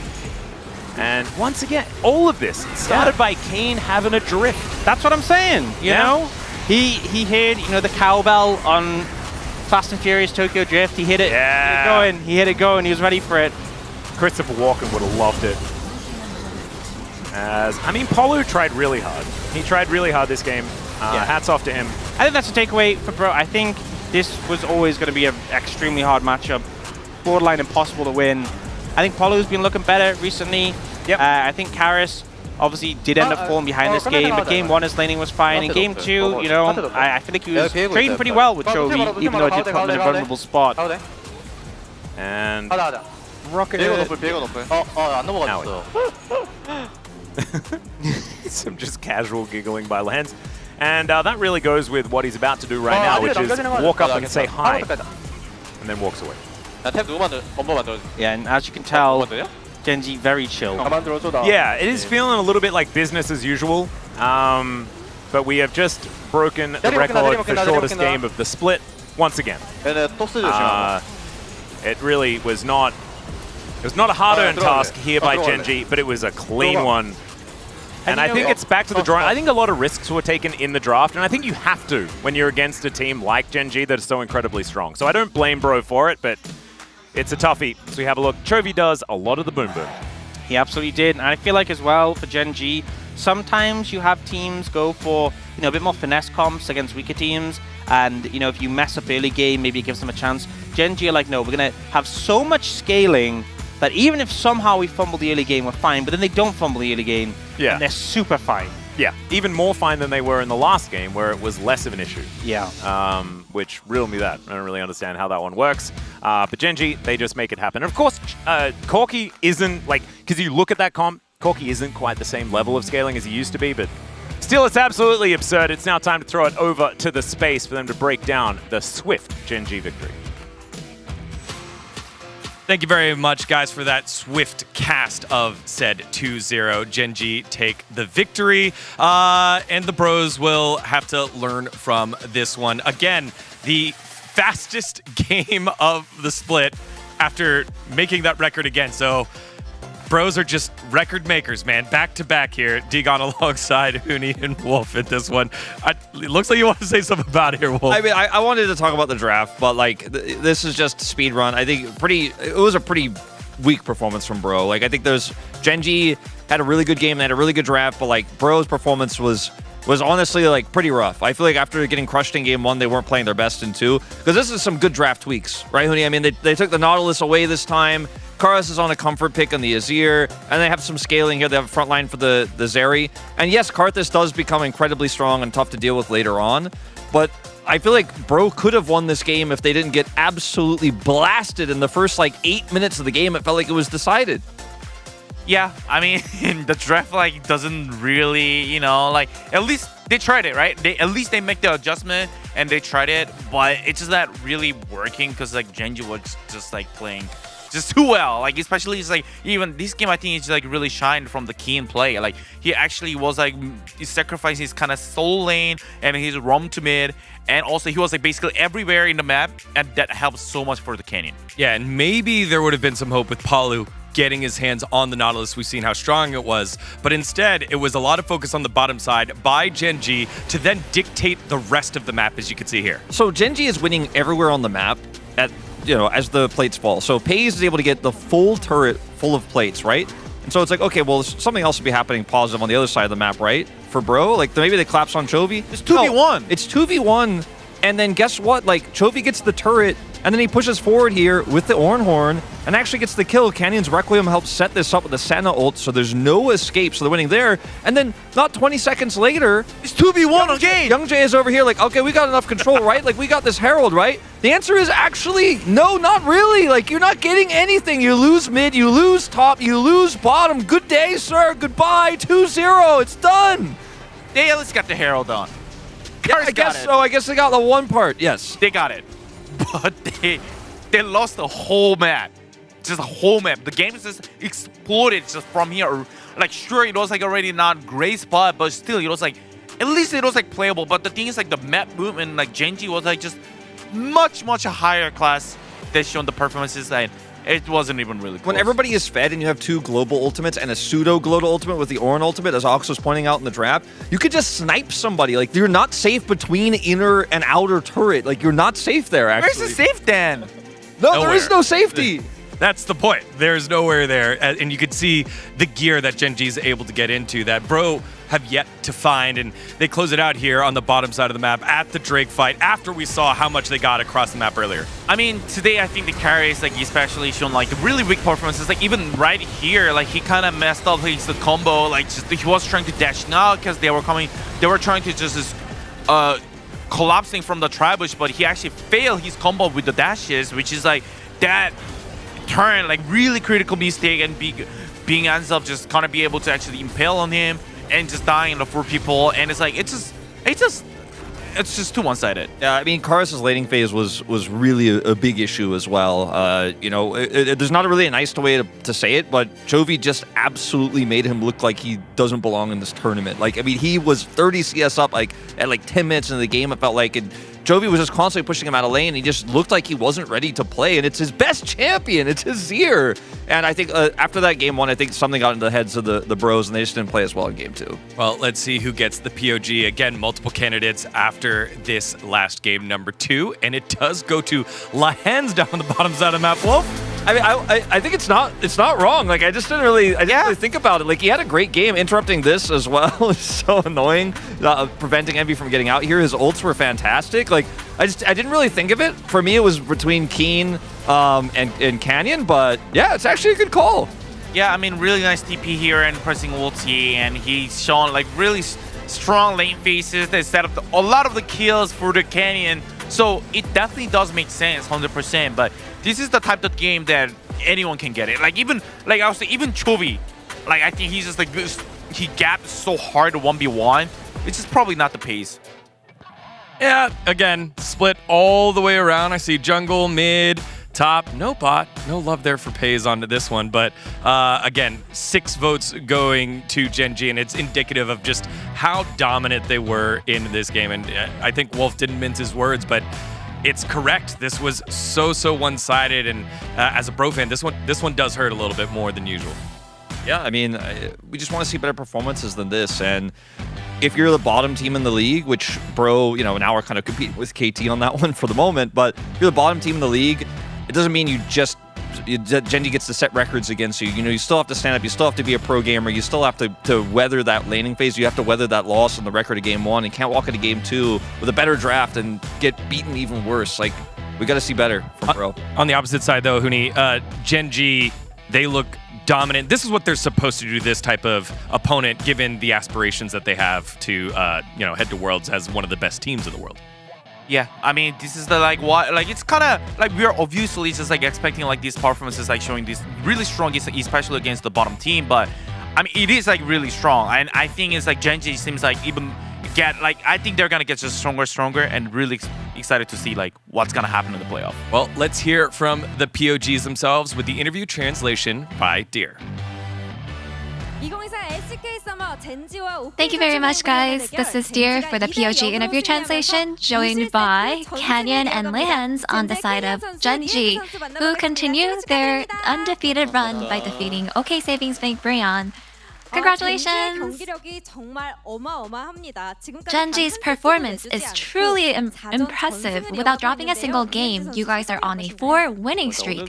How do you feel, Lihans? I think our gameplay was really good, which makes me feel good, and I just gotta focus on doing well and preparing for the next match. And Canyon, you were the only one without POG points, and you got your first summer POG today. How do you feel? It's been a while since I got my POG, which makes me happy, and I want to do even better next time. And since last match, you've shown some amazing Zyra gameplays, and in game 1, you played jungle Zyra alongside mid Lucian. So what kind of synergy were you looking for? So within the AD mid laner champions that you can play, Chovy is actually pretty proficient with Lucian, and I think that's why we went with that instead of trying to consider the synergy. So how was utilizing him on stage? I mean, mid was doing really well. Felt like everything was going well for him, so I just looked at bot lane. And Lihans, the analysts wanted to figure out why in game 1, Senna bought Doran's Blade and then sold it. Was this just a part of the plan? So I think he thought that reselling it would actually give him more value back, but I think it was just, maybe he did have it as a part of his plan. And since Zyra has a fast jungle clear and high damage, there's actually a split opinion between Zyra jungle being OP versus Canyon making it look good. So what are your thoughts? Personally, I think Zyra jungle is actually really good. So I'm sure that it's a split opinion. I'm sure other teams may think differently, but I personally think it's a really good pick. And Helios, it seems like he thinks that Canyon makes Zyra look really good as jungle. And in game 1, Gen G has reset the fastest summer game record, and then again in game 2 at 24 minutes and 10 seconds. So how did you guys make it happen? It's not just one person who makes it happen, but I think every teammates being able to win lane and just kind of blow up the game actually contributed to that, I guess. In game 2, the opponent banned Zyra, Nidalee, and Brand, denying 3 AP jungles against you, Canyon. So what was the draft process like? Yeah, by the time I had to pick my champion, there are a lot of bans for my in my pool. And just considering all my options, Karthus just looked like the best choice. And with the early laning going well, you went for a full jungle clear, so what was your read on the game? I just said, since I have Karthus, I guess I have to scale well, but then I saw that there was an opportunity to steal a kill in the bot lane, so I just ulted and it was a delicious kill. And caster Cloud Templar even mentioned that jungle is royalty. What allowed Karthus to play a happy game of League was actually Leehan's born gameplay. Yeah, so Karthus was having such a good game today. He was having so much fun. I want to join him next time and have fun as well. And another milestone to celebrate is that King is the first top laner to reach 3,000 assists. Would you like to say anything? Canyon first? King, congratulations on 3,000 assists. I hope that you can play and keep playing in your pro career for a very long time and even get more assists. And Leehan, honestly, not much to say other than, you know, maybe until we go into military. Let's not talk about that. I hope that you have a great, successful career ahead of you. And your next opponent will be Hanwha Life Esports. Would you like to say a word of resolution? Our next match next week is against Hanwha Life Esports. Want to make sure that we utilize the remaining time to practice well and be prepared. And Leehan, yeah, our next opponent is a very strong team. We want to make sure that we don't let our guard down and make our fans proud. And that's the end of the interview with Canyon and Leehan of Genji, and back to the space. Thank you. Thank you very much, dear Ayaya. As we take a look as Gen G stay on top 4-0. They've been dominant. And for our bros, you know, we still have 14 in bro, the dream. You could still do it. That's all we can hold on to is hope for now. Well, next up, we have a very, very important matchup for KT as they're trying to find their first win of the season against Hanwha Life. Will they be able to do it? We'll find out after these messages.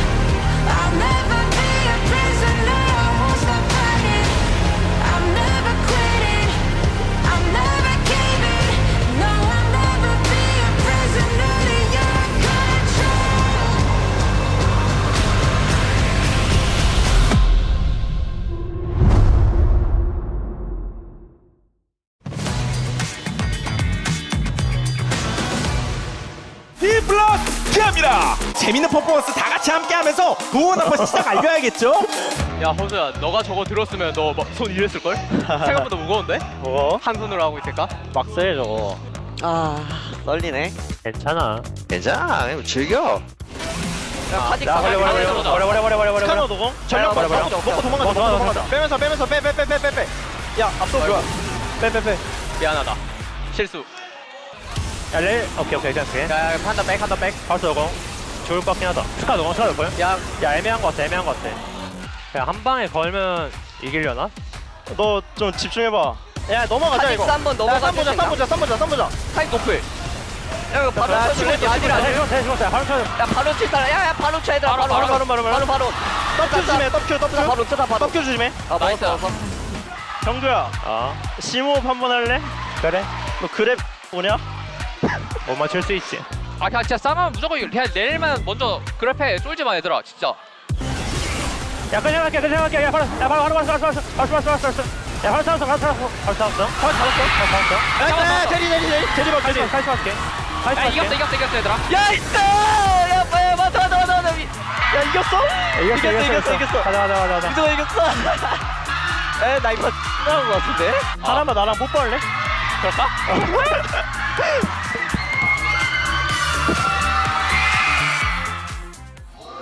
아 곁담나. 김영이 내가 준 거 발랐어? 아니 오늘 좀 흘리고 싶어서. 재밌겠지? 재밌을걸? 내가 열심히 해줄게. 다 그냥 후후 편하게 해. 아르케스 한번 보고 싶은데 못 보나? 살짝 본다. 공 맞추고 뭐. 빨리 볼게. 빨리 잡고 천천히 해봐. 죽여. 야 높여. 야 이거. 나이스! 나 미드 나가도 돼? 나가도 돼. 나 미드 살짝 본다. 미드 본다. 애쉬 속박이긴 한데. 공천났어 일단.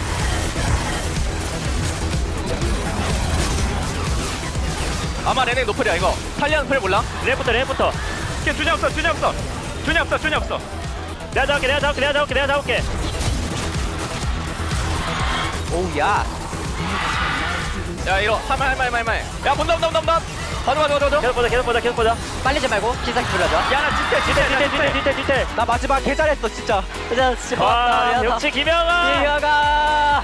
겠어요. 나이스. 와 진짜 낭만 딱터 이겨냈다. 낭만의 나의 김영아. 병. 나이스. 이 젠리이즈.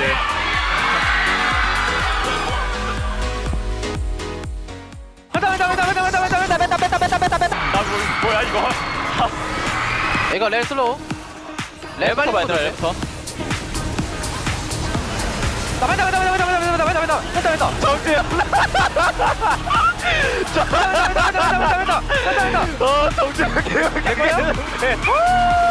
정지야. 나는 죽어가는데 옆에서 펜타를 치고 있는데? 아야 더블킬부터 펜타임 이미 그냥 말이 안 돼. 나 트리플 킬부터 했어.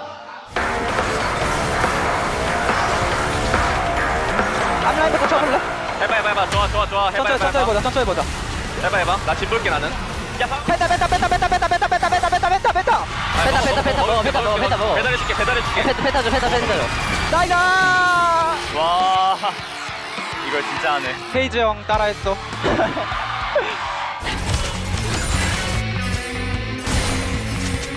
카이사 볼게 얘들아. 아 그게 진짜 볼게. 야 카이가 높여. 하지마. 진짜 나왔어. 방어대. 좋아. 야 이거 바로 가져야 될 듯. 나이스. 뺐다. 뭐야 이거? 뭐냐? 형이 만들어줬어. 뭐냐? 맛있네. 형이 만들어줬잖아. 잘하네.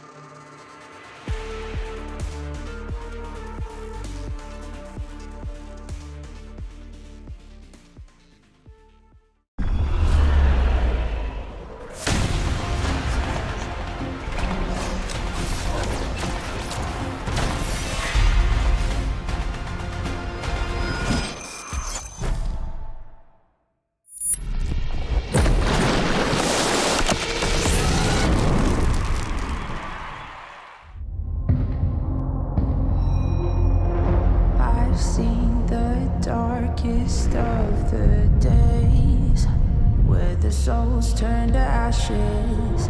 It made me who I am today.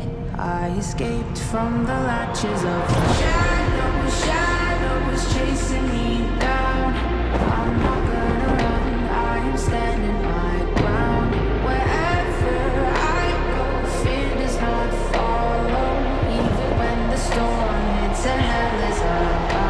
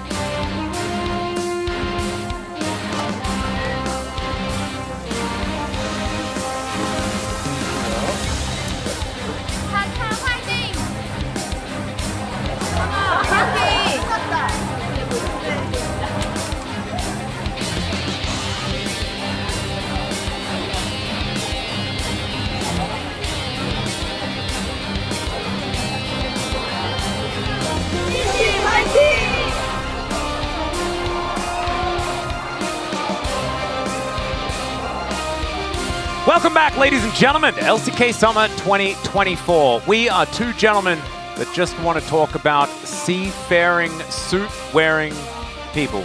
We are unable to because League of Legends keeps getting in the way, otherwise known as Atlas and Orcs. We're ready to dive into our second series of the day, the final of the week, and one that just may be another to add to the list of soul-crushing things to happen to KT fans. Yep, and it is a long list, and it hasn't improved with the start of the season. You know, I feel like in other seasons, you know, last season, KT losing to Honor Life Esports wouldn't be that big of a hit, but right now, they are on a loss streak, and they need any win. Yes, any win, and they need one as soon as possible. We'll see whether it can be today. As you can see here, judging by the standings, it could be a difficult task. Just before today started, KT were in dead last. Bro have taken that mantle by adding an extra loss to their book, of course, up against Gen G, one that would be understandable. However, KT are not used to being this far east.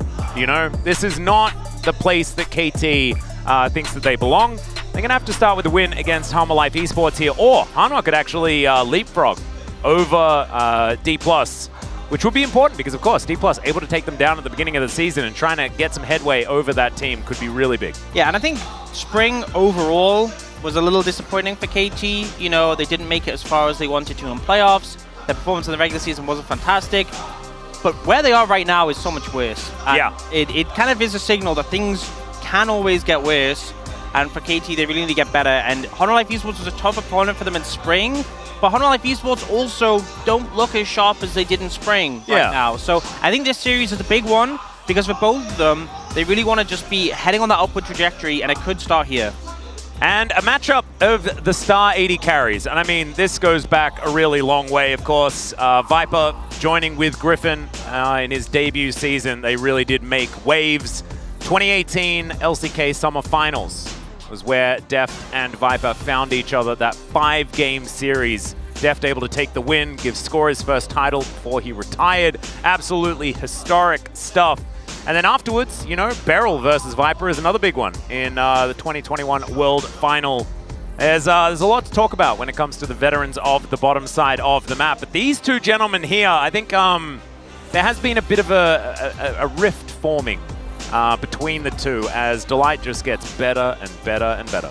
Yeah, I mean, I feel like, honestly, last year, I feel like he was really on point. This year, there's been moments. He hasn't been 100%. But I still think right now, when people look at the supports in the LCK, the discussion is like Lehens, Carrier, Delight. Those are the big three. I think Beryl has his moments. You know, he's a two-time world champion for a reason, but he also has his moments where you question how he's a two-time world championship. For what reasons? Hopefully we have a good performance from him today, because we all know what he can achieve. It's just a consistency we haven't really seen recently. Yep, and there are a fair few world champions that are on both of these teams. A couple on Humble Life Esports. There are 3 on KT. KT definitely not looking like the team that has very many, though. And Humble Life Esports certainly looking pretty good. Despite having those shaky moments, I think losing to a D+ that has looked revitalized this season isn't something that we're necessarily going to knock them for. And since then, strength of schedule has played a part, but they have looked rather clean being able to take their win. So we'll see whether they can do so again up against KT. And I think some reevaluation might need to be done when it comes to where we're going to put KT. I don't know whether I'm going to do the same thing in my predictions as I did last season, where I just said they might come first. That is, I think I might look silly even though, yeah, it's just not quite working out. Anyway, bit of a shout out there to I believe, the baseball team from Humble Life Esports, or just Humble Life, it's the Eagles. And they were historically not very good at taking victories. I don't know whether that's the case anymore. Maybe they are revitalized, much like the squad in League of Legends has been as well. But regular sport is not really my forte. Me neither. You know, Law and League of Legends. That's what we can do. Yep, we can do Law any day of the week. We are very, very good, and we will hopefully dive back into the depths of Nautilus, you know, in the future, unless this game is high octane, full of action, never letting us breathe, never giving us a moment to focus elsewhere or to allow our focus to move to something else, which I guess is kind of okay. Let's have a look at some of the stats here between these two players. Only a couple of highlights, as I guess it's not looking as bad as what we saw with Chovy versus Carrots. That was almost rude to put that one up. This one does show that Viper hasn't necessarily been making the same waves that we saw from him previously, but we know that he's probably going to be able to bounce back. Yeah, I feel like Viper, you know, if things are going wrong on the team, if it feels like he's not living up to expectations, he's still so ironclad in people's minds that we know what he can do. Yep. I feel like Deft, you know, obviously had that fantastic run with DRX. I feel like when he was on D+ most recently, looked pretty good, was pretty sleeper. But I feel like this season hasn't looked so hot. Last season wasn't so convincing. So hopefully can see him give a good matchup to Viper in that AD carry role. Obviously, with the AD carry changes, a lot of picks that can really take over games. The Zeri, a great example. Yep. But also, I think for me, the mid lane matchup really important with just how many super impactful picks are running around there. Things like the Talias, the Tristanas, your Corkis. I think that Talia and Tristana are going to be banned, but I kind of want Zeka on Tristana versus BDD's Talia. That's what I kind of... I feel like they're the quintessential picks for both of these players, and they're both top of the meta at the moment as well. Kershik versus Peanut, another interesting one as well, because we talk about players that are kind of patched in, right? Like Canyon, for example, in our previous matchup. I feel like Sylvie's also really rising to the occasion here as well. We know that Peanut has been a bit of a chef in the jungle when it comes to some of these picks. Him and Spirit were running around with Lulu jungle when that was a thing somehow, and stuff like that. There have been times where Peanut has branched out, but he's looked a little bit more like a tank duty type jungler on this team, and Pyoshik has been doing a few of those similar things as well, is what it feels like to me. With the Rammus, you know? Yeah, he really wants to dig deep into the tanking of the side of it. I don't know whether that's necessarily great. Yeah, I feel like the Rammus, not the greatest pick into things like Zyra or Brand. Doesn't work too fantastically into them, but we'll see if either of them opt to bring out something a bit outside the norm. A lot of junglers have kind of just been defaulting to your Sejuanis, your Maokais, your Vais. Yep. And not that those picks are bad, but you know, we have seen examples of picks like Zyra, Brand. We just saw Karthus completely running the Rift. Yeah, and Peanut has, you know, dived onto the Kazakhs and stuff like that. but it hasn't been so many of these majors that we've seen starting to crop up in the jungle. We'll see whether that happens as we dive into pick and ban for game number 1. Humble Life Esports on the blue side to start us off. KT going to be answering their picks. See exactly what's going to get through, what's going to be taken away, and whether the Tristan attacks will be paid or whether it will not. Yeah, Ashen Rumble pretty standard. Senna going to get taken off the cards. Kalista maybe gets thrown a ban. But I think the thing is, I think if Honor Life starts banning things like the Tristana or the Talia, that's when KT will as well. But if it gets left open, like there's no reason for KT to ban Tristana here, because they take Tristana, you take Talia, and then you could probably take Vi as well to combo. I think Tristana probably still should be banned, just because it is so strong. It's one of Zeka's champions. The problem is, I mean, I agree, but also if you ban Tristana, then it might just be a Talia first pick, and you don't have something equivalent to answer so much, you know? So yeah, good point. It's a difficult one when you're on this red side and you have this third ban. They did try to do the Yone thing. And then that didn't quite work. Yeah, okay. Tristana first pick, and then you don't have the Talia. And it is one of BDD's most successful champions. So an odd maneuver does give the Nautilus option there as well. There are quite a few things, and Sejuani is going to be the priority pick. So maybe dodging a bullet, perhaps, as Corki is going to be the lock-in for BDD. And Pioshik just slams the Zyra. Okay, sometimes Canyon just tells you where to go. Of course, a lot of our junglers were playing Zyra before the season even started. Yeah. She did get nerfed a little bit on the patch leading up, I believe, if memory serves, but not enough to really pull her out of where she was. And there is that Tristana that we were talking about. We'll see whether it's going to be enough to get them over the line. Probably Kai'Sa here, simply because you need some AP in the composition, and you don't really want to lock into the top laner, so wouldn't surprise me. But looks like they're not going to go for that. They're going to go for Zeri instead. Huh. So I wonder whether that means that Doran is going to be aiming towards something a little bit more magic damage focused. As Leona for Beryl, he did get a world skin on this champion, even if he never uses it. It's something that he has been pretty incredible on in the past. I think we probably associate him more with Alistar, or at least I do, you know, going back to when Beryl was at peak form. Certainly something that he's made some big plays on. So that's going to be locked into a huge round of applause from the KT fans here at Lowell Park. Very happy to see him on this champion that did manage to win him a world championship. Yeah, and I think KT can probably just focus bans towards the support pool. Maybe you're concerned about the Lulu. Obviously the buffs to she got pretty significant, especially like the extra knockup on the ult. Maybe you can look towards the Alistar as well. On the side of Hanwha, I think you just focus bans towards the AD carries. Makes the most sense in this situation. We've seen the Kai'Sa picked a lot into the Zeri. So that potentially could be one you take out. Yeah. Maybe, I feel like you might have too much AP, but maybe even the Ziggs Leona has been like wildly popular in the LPL as a combo. I really like the Ezreal ban. Yeah. This is one of those things, like, because I think that Viper is an amazing Zeri player. I think if Zeri's left up, you're probably going to pick her.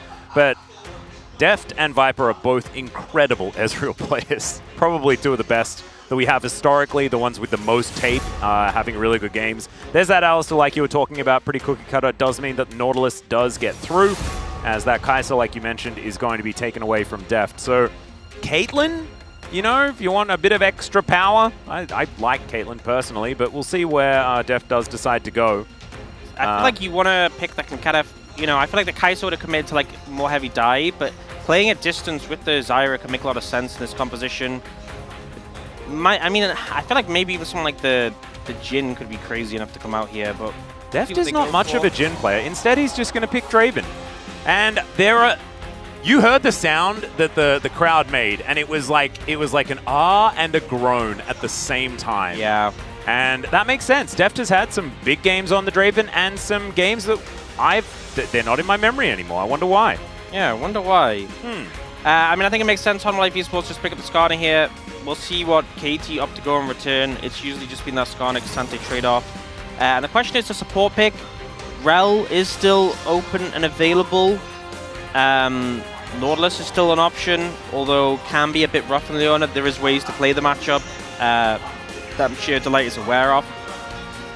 But yeah, I think probably just the Rel would make the most sense in my mind, especially in the Draven. Really good at just like disrupting him in team fights. So they'll lock that in, and I think to no one's surprise. This is just the top lane matchup we are going to get every game.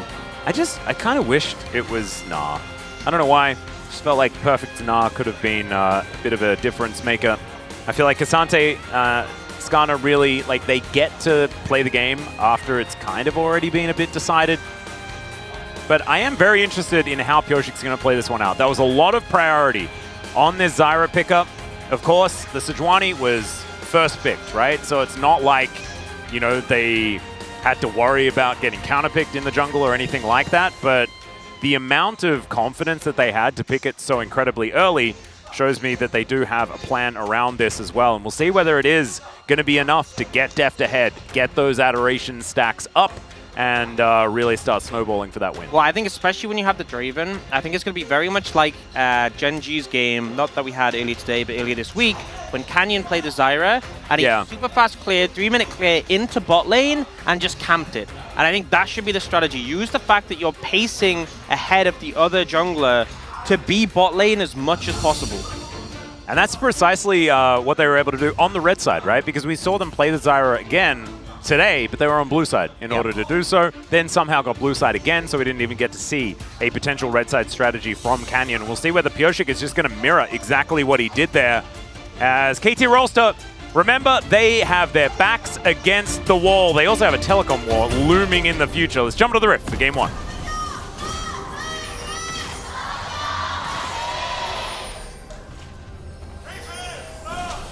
소환사의 협곡에 오신 것을 환영합니다.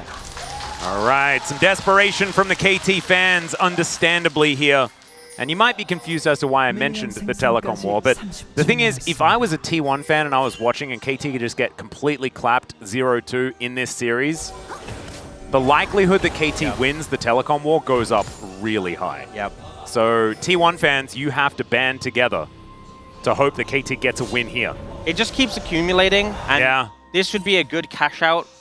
You know, if they ended up winning this, telecom war not looking good for KT. It's literally the opposite of Draven. Like, he gets the adoration stacks, and KT fans get frustration stacks. And as they get up really, really high, they get that cash in, and then that's when it can all start falling down. So it's happening here. See whether it does work out here, as there is the Braum emote. Beautiful. I love that one, the Braum emote meta that occurred. What was that Last Worlds? I don't honestly remember. Huh. I did just see the Deft emote from BDD though. Yeah, I don't know if you know this, but BDD has actually played with Deft. Oh, really? Yeah. Like this year on KT? Pretty recently, yeah. Huh. It's pretty cool. Well, Pyoshik is going to be able to take his red pretty comfortably. Sets up some plants here. Take down the Krugs. Doesn't even have to walk around. I know. That's a time save. It's beautifully done. I think he's got this one down to a fine art. It was pretty nice watching Canyon do it. It's good to see that Pyoshik has the moves. Yeah. All of those reps that all these players put in on the Zyra jungle paying off. I feel like it's such an overlooked thing, but getting efficient with your clear is something you can so easily practice. Absolutely. A lot of League of Legends. Ow. Obviously, you have to play against someone, but jungle clears, you can just go on the practice tool, do it again and again and again. And especially with a champion like Zyra, if you become efficient with it, if you're there first, it can make all the difference. Now, Deft and Barrel getting a good initial trade onto Viper. This is going to be a rough matchup for Hanwha Life Esports bot lane, but like any Draven matchup, it all comes down to the cash-in. But also, I feel like ever since they made the change where the execute comes in based on your stacks, like, it's not even enough just for the Draven not to get a kill, because if he gets to the point where he has 600 stacks, it's so easy for him just to pick up kill with the ult, and you have that extra combat power. You know, prior to this, having stacks did nothing for you until you cashed them in, but now there's like the actually added element of combat power if you have a ton in the bank that makes them so scary. Yeah, the Blue Blades actually is now a damage threat, which is good. Teddy would have really liked that in the past, where he was able to actually coin that one. As we do have Peanut waiting for that counter gank. You can see Pyoshik down here for KT with a lot of push. And so nothing that Pyoshik can really do. We'll just head towards the Rift Scuttler. Yeah, as Delight looks to get some vision. So far so good on both sides of the map. And it kind of works both ways in the sense that Pyoshik isn't able to do anything because, you know, there's a threat of Peanut being there, but Also, Peanut can't really do anything to disrupt the 2v2, which is going well, but now they're actually looking for more. Viper does have cleanse. We'll see if they can still punish, though. Yep, Extendo Beam coming in there as Beryl gets the stun. Shield of Daybreak down onto Delight, who utilizes his Aftershock well. Beryl gets out of the way, good communication, so that Deft doesn't throw his life away there. But still, unable to lock him down, and they don't get a summoner. Yeah, it does make it rough. The health being lost into Light makes it a little bit dangerous. But again, no summoner taken. It's actually a trade-up because Beryl being Ignite, well, that's not too much of an issue. But overall, Hanwha Life Esports hold their nerve. Yeah, nicely played. They do miss out on a fair bit of the wave as far as CS is concerned, but I think Viper stayed pretty much within experience range for the majority. Honestly, I feel like the experience is so much more important than the gold in early levels, so as long as you're still getting that, it's okay. You see Delight recalling now. Gonna pick up a Ruby Crystal. And the thing is with the, like, it's honestly not often overlooked, but like even just an early Ruby Crystal, that extra HP can make such a difference. Yeah. If you're being threatened in a dive situation. I feel like you were talking about that in our last series as well. The Hen's making use of it. Yeah, I mean, it's just such a high value buy for early support. Even like, obviously, it's a no-brainer on things like a Rel. And BDD just going to Valkyrie away. Pulse Bomb not going to land onto Zeka as Delight turns up just to help him with the clear. Yeah, it's a no-brainer on champions like Rel, but even on like enchanters, like often you can just grab like an early Ruby Crystal that builds into, you know, things like Moonstone, just for that extra bulkiness. It is so much value. And yeah, you know, Viper, Delight found a bit of time to go mid, doesn't really achieve anything, but helps get the wave push in, and now comes down towards bot. Viper pretty close in terms of farm. Do you see that pickaxe and the longsword picked up for Deft though? So yeah, that's this is where the game's going to be focused on until we see anything happen with the stacks. A slight improvement when it comes to the back, you could say, on the Deft side of things. Looking pretty good. First Drake going to be an Infernal as well. Going to keep things spicy. Hope that means that we do get to a Cloud Soul or a Chemtech Soul. As, you know, Orcs, bit of a Chemtech enjoyer himself, or at least does bring a whole lot of them about. And I do love that Cloud. Still an opportunity here. So we haven't had a Cloud Soul this week, I swear. We've been pretty dry on them. It's been It not has great. been quite sunny, generally. Yesterday it was raining all day. Yesterday. Yeah, but that's ocean, right? Ah, true. Do we have one of those? I think we did. Oh, does make sense. So today, not very cloudy. So a bit of a shame. It might be a sign of things to come. As Peanut started off the grubs. BDD trying to keep Zeka out of here. As Peanut just going to settle for one by the looks of things. As the grasping roots come out. And Perfect coming on over. We'll try and get Doran out of there. But it looks like the last two grubs will go over to KT. Hanwha Life Esports just going to be settling for the one. Yep. Taking that one always important because of the extra XP you get. Peanut happy to do that. Keep pretty close to the Zyra in terms of farm. But with the Faded Ashes in inventory, this is a point where really the Zyra starts to pick up pace even more. I feel like early levels, like obviously Zyra's got a faster early clear than Sejuani, but you saw like Peanut was able to meet Yosik in the bot lane after that phase clear at the same time, but later on, it is just, you're going to get outpaced so hard. Yeah, and I think that the pace difference has to be much higher as well to really utilize it when it comes to actually... Oh, here's Peanut coming in with a beautiful wraparound onto BDD. And that is first blood going over to Zeka Elementary. As this Sejuani pick coming in and paying off. Yep, really nicely done. Zeka gets the health low, and then there, right at the end, has enough damage with the ult auto to finish it off. A really good gank from Peanut. And already there was a bit of a CS discrepancy in the mid lane, but after that kill, 20 CS advantage, kill in pocket, this is really good for Zeka. Yeah, looking fantastic. The woes of BDD going to continue here as well. And it kind of makes you wonder, you know, they could have taken it just onto themselves. They opted into the Corki. It's not going so hot. Well, there is a little knockback there from Perfect. Doran doesn't look like he's too phased by it. He does have a lot of buttons that just do a lot of things. He's able to put up that shield to be just fine. Beryl down here, waiting for Def to come back, just making sure he maximizes his experience gains. And there is a Pure Shik waiting in the wings. Let's see whether this is where KT can find their first avenue in. So far, only really the kill gold going in favor of Hanwha Life Esports. And if it is Deft that's able to get one of these kills here, then KT can really skyrocket their advantage. Yeah, I feel like we're still a little bit early, but kind of approaching the point where a stack check would be nice. But yeah, we'll see the replay. So Zeka, I think the big thing is forcing the Valkyrie And obviously also getting BDD pretty low here. But without that, you know, BDD doesn't end up dodging, doesn't end up flashing initially, flashes after, and Zeka just follows. The damage is there. Pretty well played. Yep, all too easy.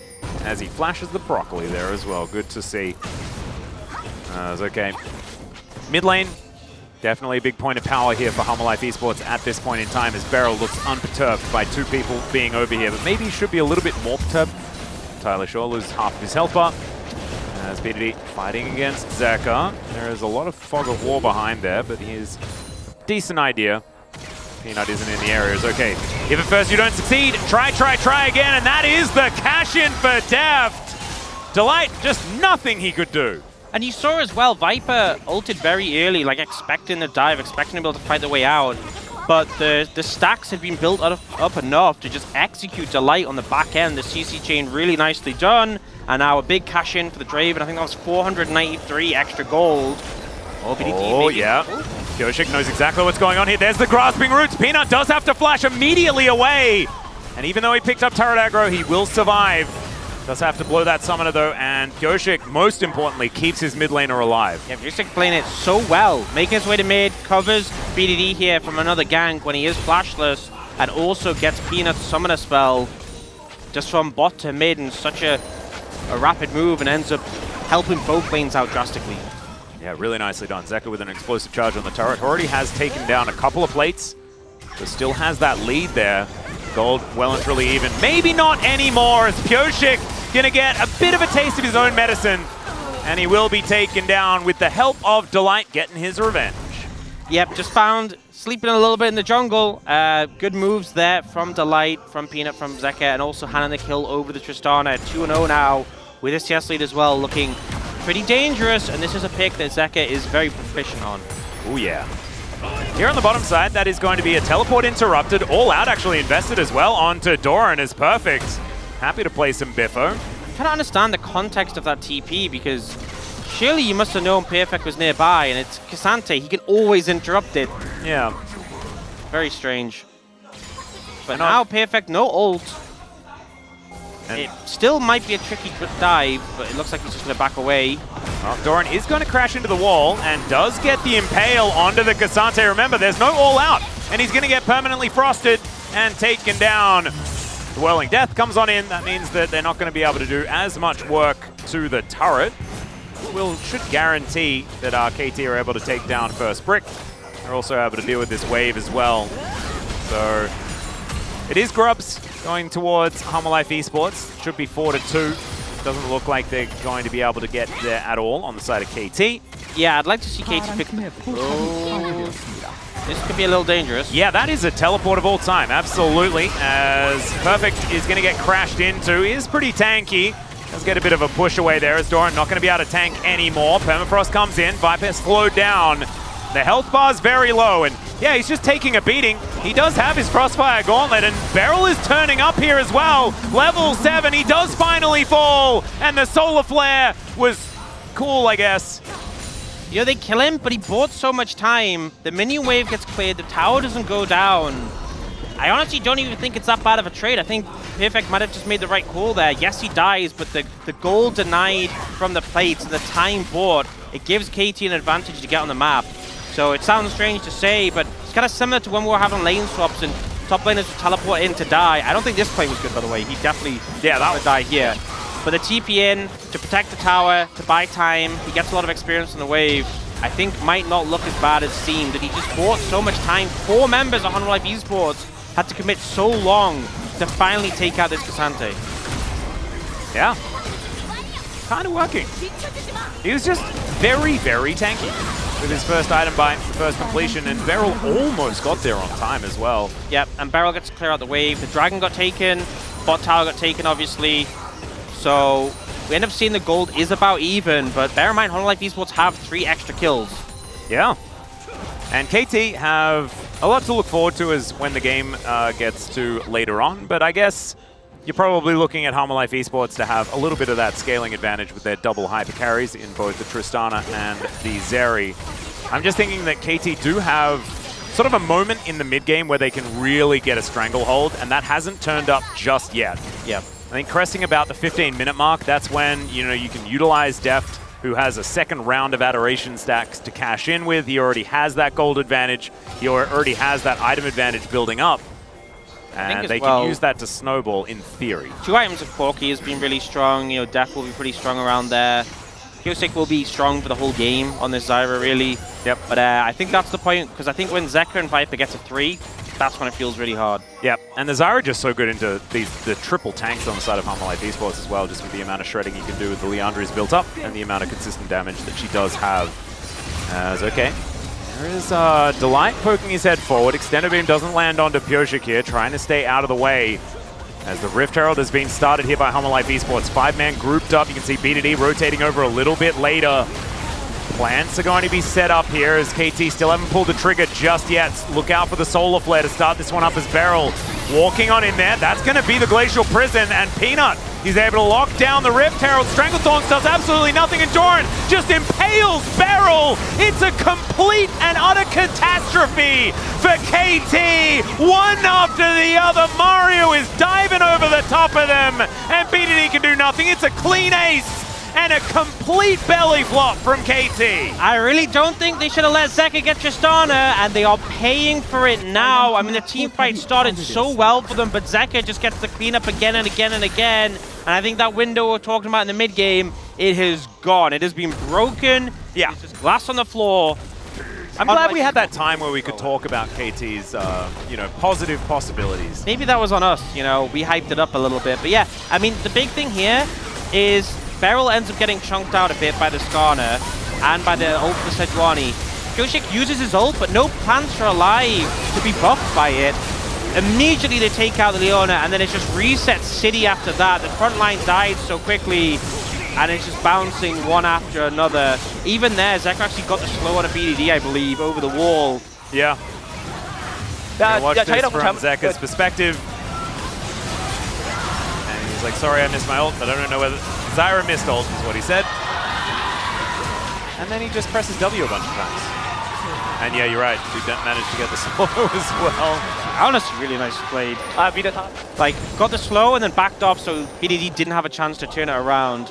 Oh, BDD now finds himself with a few friends in the area. I don't think you're escaping them. Yeah, this one's going to be a roughie. Does Valkyrie out of the way of that one. I am wrong. Yeah, so he just flashes and he's going to be okay, I guess. He can just do that. But still, not ideal, losing the flash. And I feel like to really get the feel of the state of the game, you should look at the inventory of Zeka and then the inventory of BDD. You can't currently do it. Maybe for the best. Yeah, it's 2,600 gold. But it's also, it's not even just the gold. It's like when you specifically look at what is in BDD's inventory, it's so dire. It just, look at that. None of that looks even like vaguely At least he's got a fairy in a bottle so that he can pop back up again. With that five ability haze coming in. Oh wait, doesn't it give you an extra life? If only. Yeah. If only. Would have been good. Well, that is probably the biggest problem that KT are facing. Outside of that though, Deft able to immediately cleanse. Not very much, but still not going to get hit by the Glacial Prison. They'll be happy with that. Not so happy with the fact that the Rift Herald just tore down their inner turret. Hanwha Life Esports are continuing the siege on this bottom side. The craziest thing about this is Perfect is going to go somewhat aggressive. See what he can actually find here as a blender seems to be the answer. Delight's the one that ends up locking down the kill in the end. But Perfect, I think, probably wondering where any teammates at all are. Yeah, I feel like that's been a consistent theme for Perfect. And you know, there was the earlier one where I said, you know, this might have actually worked out okay. This one didn't. No. You know, and I think out of those 4 deaths, there's only one that I can kind of excuse. The other 3, you're on your own, buddy. And the thing that really it allows it to really sink in, really get home, is like how far ahead Hanwha Life Esports are. It's the fact that we're not even talking about a 205 Zeri, who is right now feeling like a passenger in this game, where she could most definitely be a main character if Viper is given the time, but it just hasn't really been about him. And when a game isn't about the Zeri that's undying with a bunch of items, feeling fantastic, then you know you're in a pretty good spot. Yep. Oh wait, so if you look, see how it ballooned quite a bit about the 40-minute mark. Yeah. Yeah. That was about when we were talking about KT being somewhat strong. KT's mid game.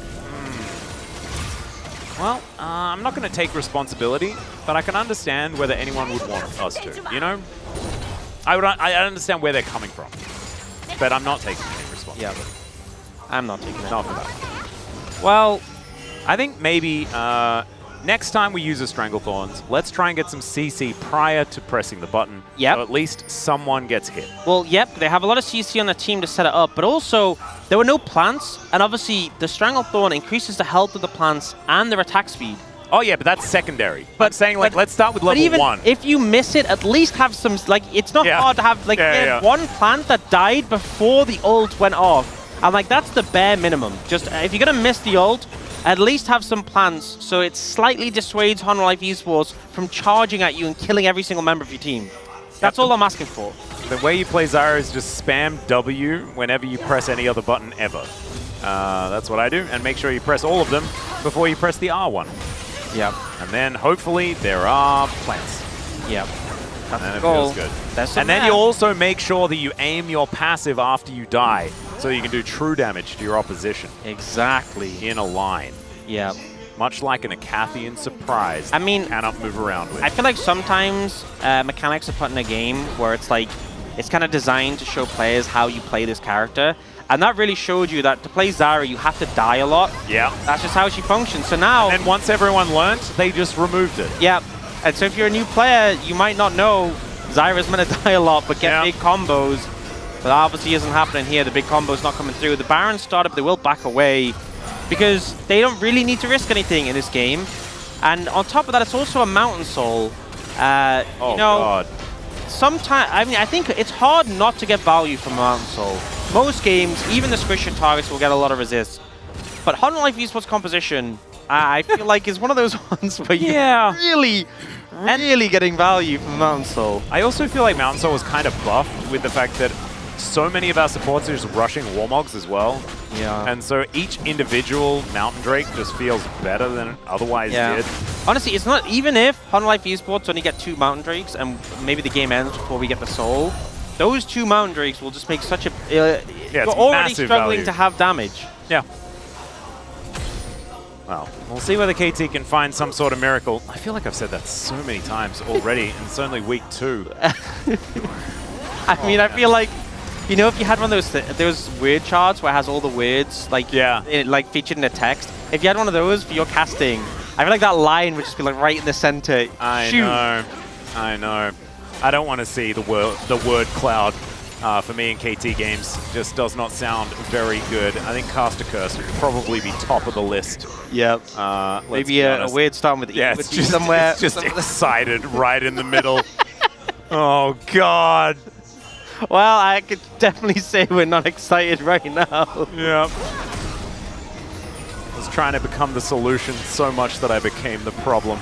Can they? I think they can just burst it down before he gets there. Feral trying to get in there. Nice Magnus Storm there from Delight just to play Keeper. They will be able to get rid of Pyoshik. Whirling Death not really doing too much. And Viper going to be gifted his 3rd kill of the game. BDD gets his Mirror Mana, which is fantastic, but nothing else is good news here for KT as the Baron is secured and Hummer Life Esports now just looking to break open the base. Yep, the setup's so good. Zyra isn't the fastest moving over, doesn't have a dash, so very easy just to lock the Zyra up. And it's funny, Def's ult, as it went through, Pyoshik, it looked like that's when he died. It looked like the old team killed him. Yeah. Unfortunately not. Honestly, if Def could team kill to get his cash in, he would. I think it's probably worth, yeah. You also, it's like denying. Yeah. You know, like what Gangplank used to be able to do with his parlay. Can't do that anymore. You also can't kill your teammates with your ultimate and get cash-ins. All right, just don't let you have fun. Yeah, I know. Fun police, am I right? It's just not fair. Maybe we should talk to Mr. Turley about it. There are a lot of things on the list of to talk to Mr. Turley about. Yeah, that's going to be a long one. Yeah. And imagine if we get through all of the lore for all of the champions as well. It's a lot of retcons that we might have ideas for at the same time. So maybe we just keep building to the email. Yeah. As time goes on. You know for a fact, he instant trash. He probably has our emails pre-assigned to go to the trash. Yeah, I actually think that's probably true. Probably a good call. In fact, maybe he was watching and he's like, oh yeah, no, I'm not even going to deal with this. Yeah. Might be the case, but I'd like to think positively. Except not about this game. This game's over. It's going to be an inhibitor going down. Zeka does so much damage. 3 items completed here. Crit Cloak as well. That's only making that Infinity Edge feel even better. Yeah, and KT are just trying to clear the waves and probably thinking about game 2 right now. Yep. Or dinner. Something like that. I don't think thinking about this game is really worth their time at this point. They might go for one last-ditch effort. See whether they can find something. I think the hope is that Hololive Esports jump into them. Maybe they get a big Zyra ult. Yep.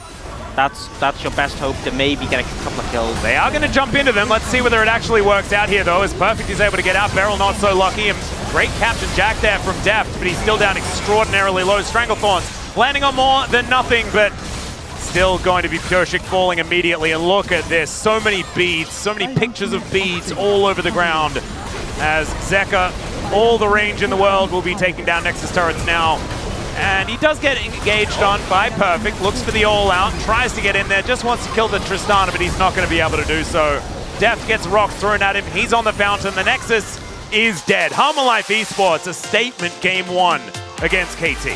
Yep, really strong performance coming out, and I feel like Harmolife so far this season haven't fully convinced me, but I think this one was a very convincing win. Yes, KT aren't at the best form, but ultimately just really delivered, really just knocked them down a peg, and KT going to be reeling a bit going into that game 2.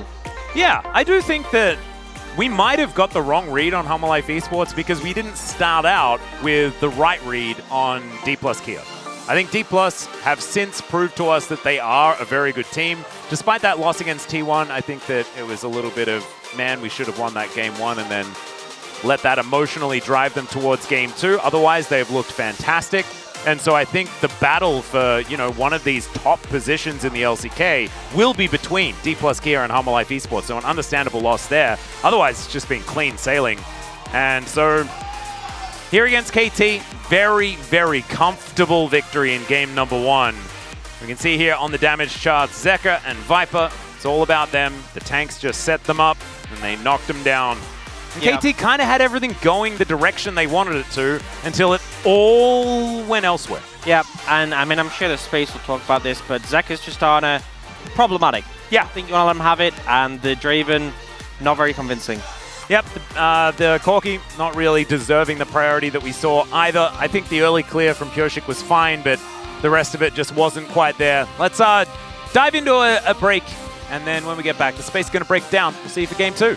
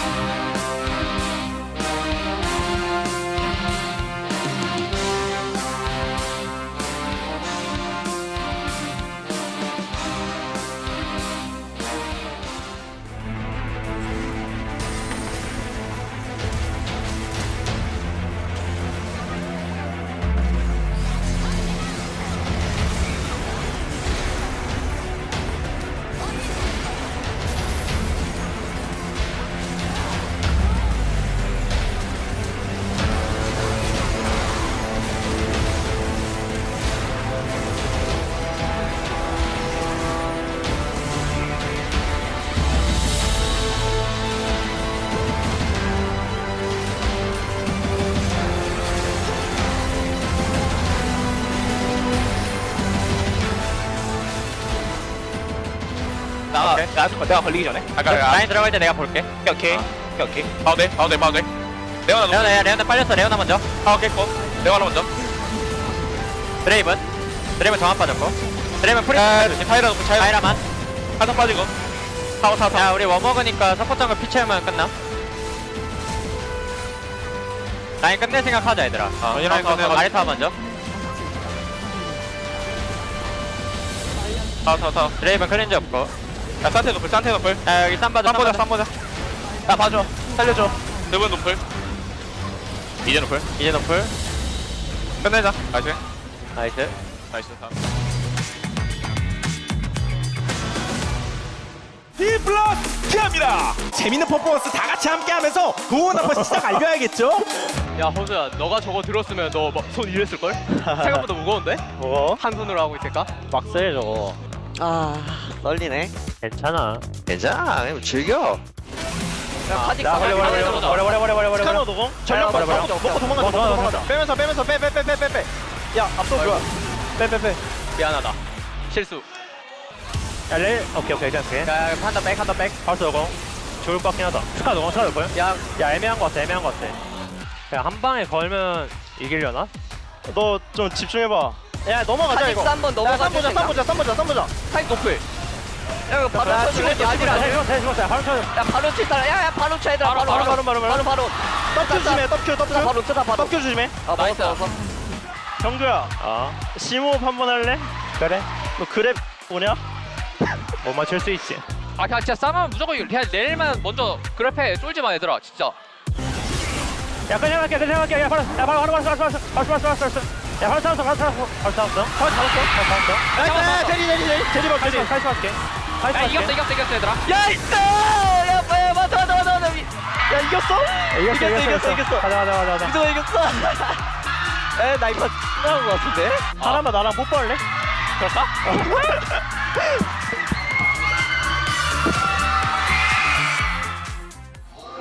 아 곁담나. 김영이 내가 준 거 발랐어? 아니 오늘 좀 흘리고 싶어서. 재밌겠지? 재밌을걸? 내가 열심히 해줄게. 다 그냥 후후하. 편하게 해. 아르케스 한번 보고 싶은데 못 보나? 살짝 본다. 공 맞추고 뭐. 빨리 볼게. 빨리 잡고 천천히 해봐. 죽여. 야 높여. 야 이거. 나이스! 나 미드 나가도 돼? 나가도 돼. 나 미드 살짝 본다. 미드 본다. 애쉬 속박이긴 한데. 공쳐놨어 일단.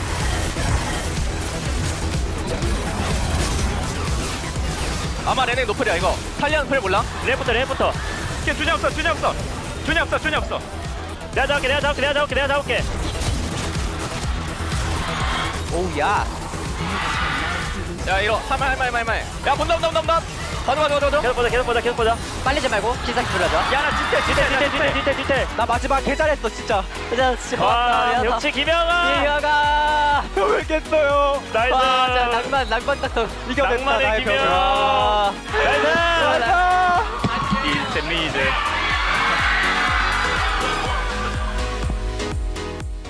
뺐다. 뭐야 이거? 이거 레일 슬로우. 레발리 많이 들어 랩터. 뺐다. 정지야. 정지야 개혁해. 아니 나는 죽어가는데 옆에서 펜타를 치고 있는데? 아야 더블킬부터 펜타임 이미 그냥 말이 안 돼. 나 트리플 K부터 했어. 앞라인부터 쳐볼래? 해봐. 좋아. 천천히 보자. 해봐. 나 집 볼게 나는. 야, 펜타 먹어. 배달해줄게. 펜타 줘. 나이스! 와, 이걸 진짜 하네. 페이즈 형 따라했어.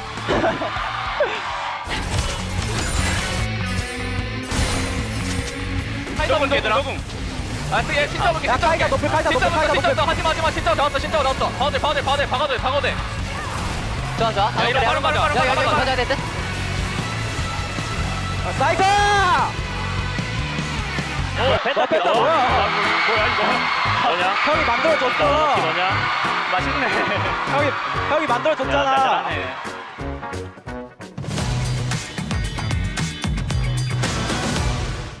I'm never quitting, I'm never caving. No, I'll never be a prisoner to your control.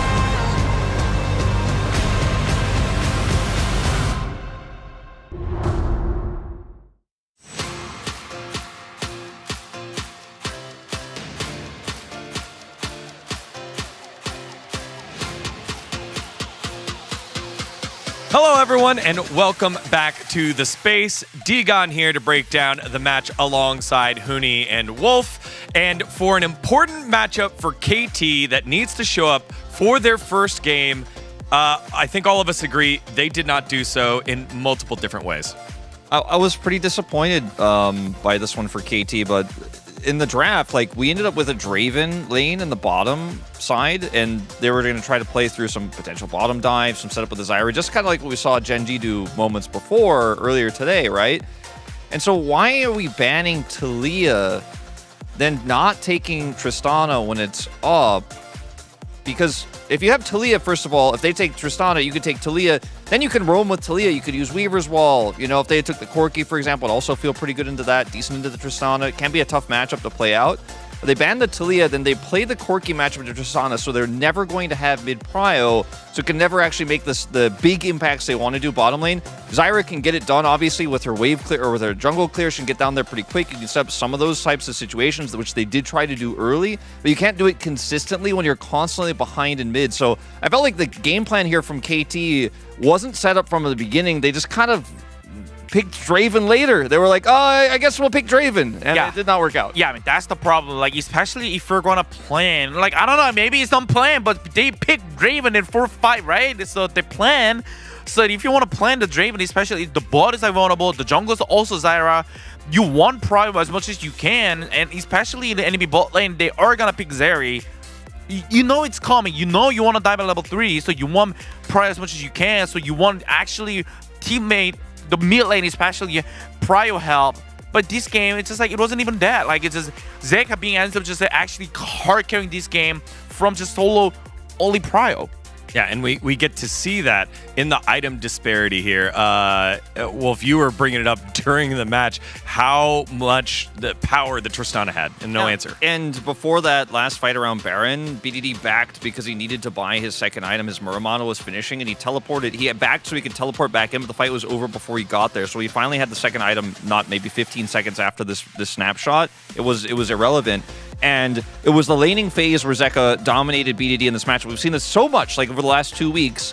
Then they made that really, really rough call on the Herald and gave him a bunch of kills. And it was just like, Tristana is massive. Corki's not even in the game.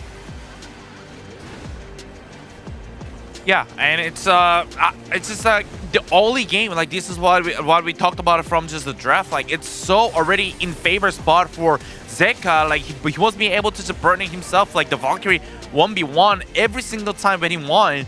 So Pino was like just always ready there, and this is it's just like chain effect.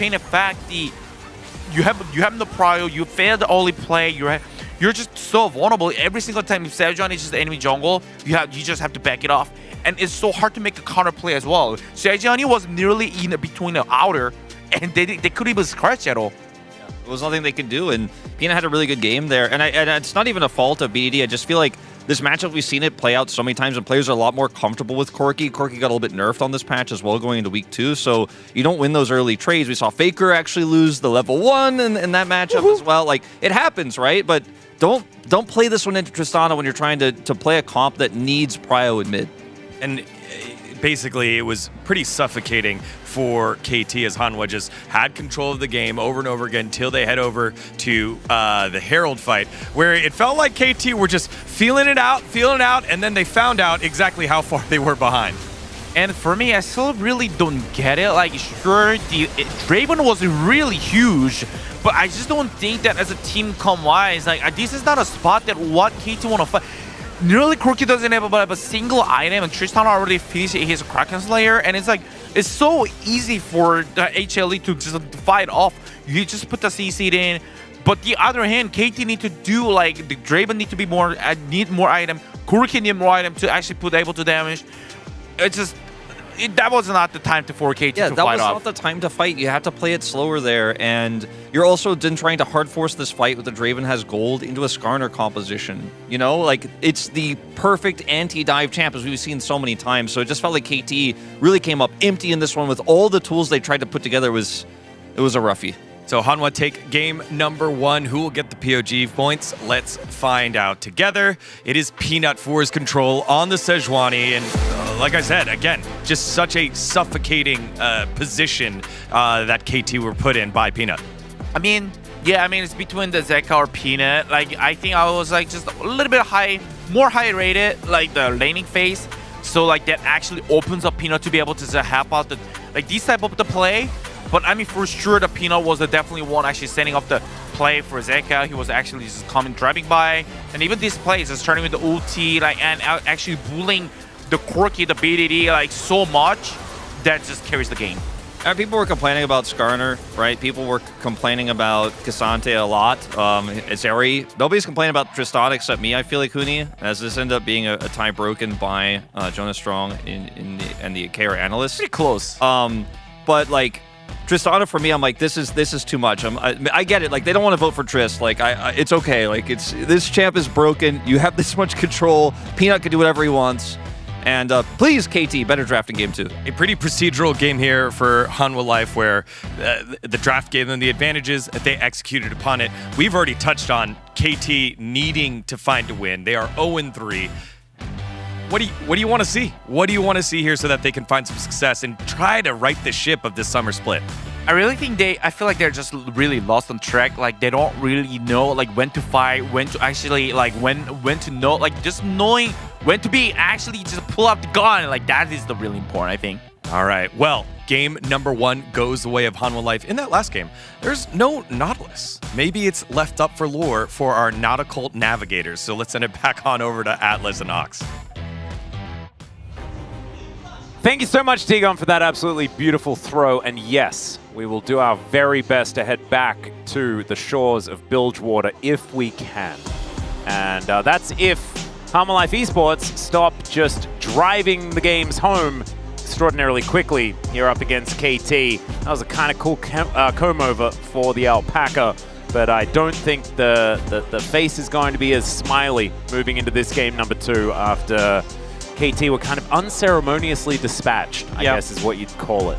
And I feel like maybe it's just a today thing, but I feel like an issue we've kind of been having with some teams when it comes to drafting is they're so tunnel visioned on getting what they want, is they don't really think about what they're giving over to the other team. Yeah. And I feel like a lot of times, like, you know, we had this in the Gen G Bro series, you look at the draft in isolation and think, you know, you have some good picks, these look playable, they look like they work together, but you gave over just too much to the opponents, and I think that's been the issue. And I don't think you can let Zeka get the Tristana. Yeah. But to be fair, I also wasn't so sure on the Draven from the side of KT as well. So they are on blue side. It will likely be a complete overhaul in terms of draft. And already, the Maokai has been banned, of course. The Sejuani, though, are going to be denied for Peanut. And Hanwha Life Esports will ban Senna and Callisto, which it did last time.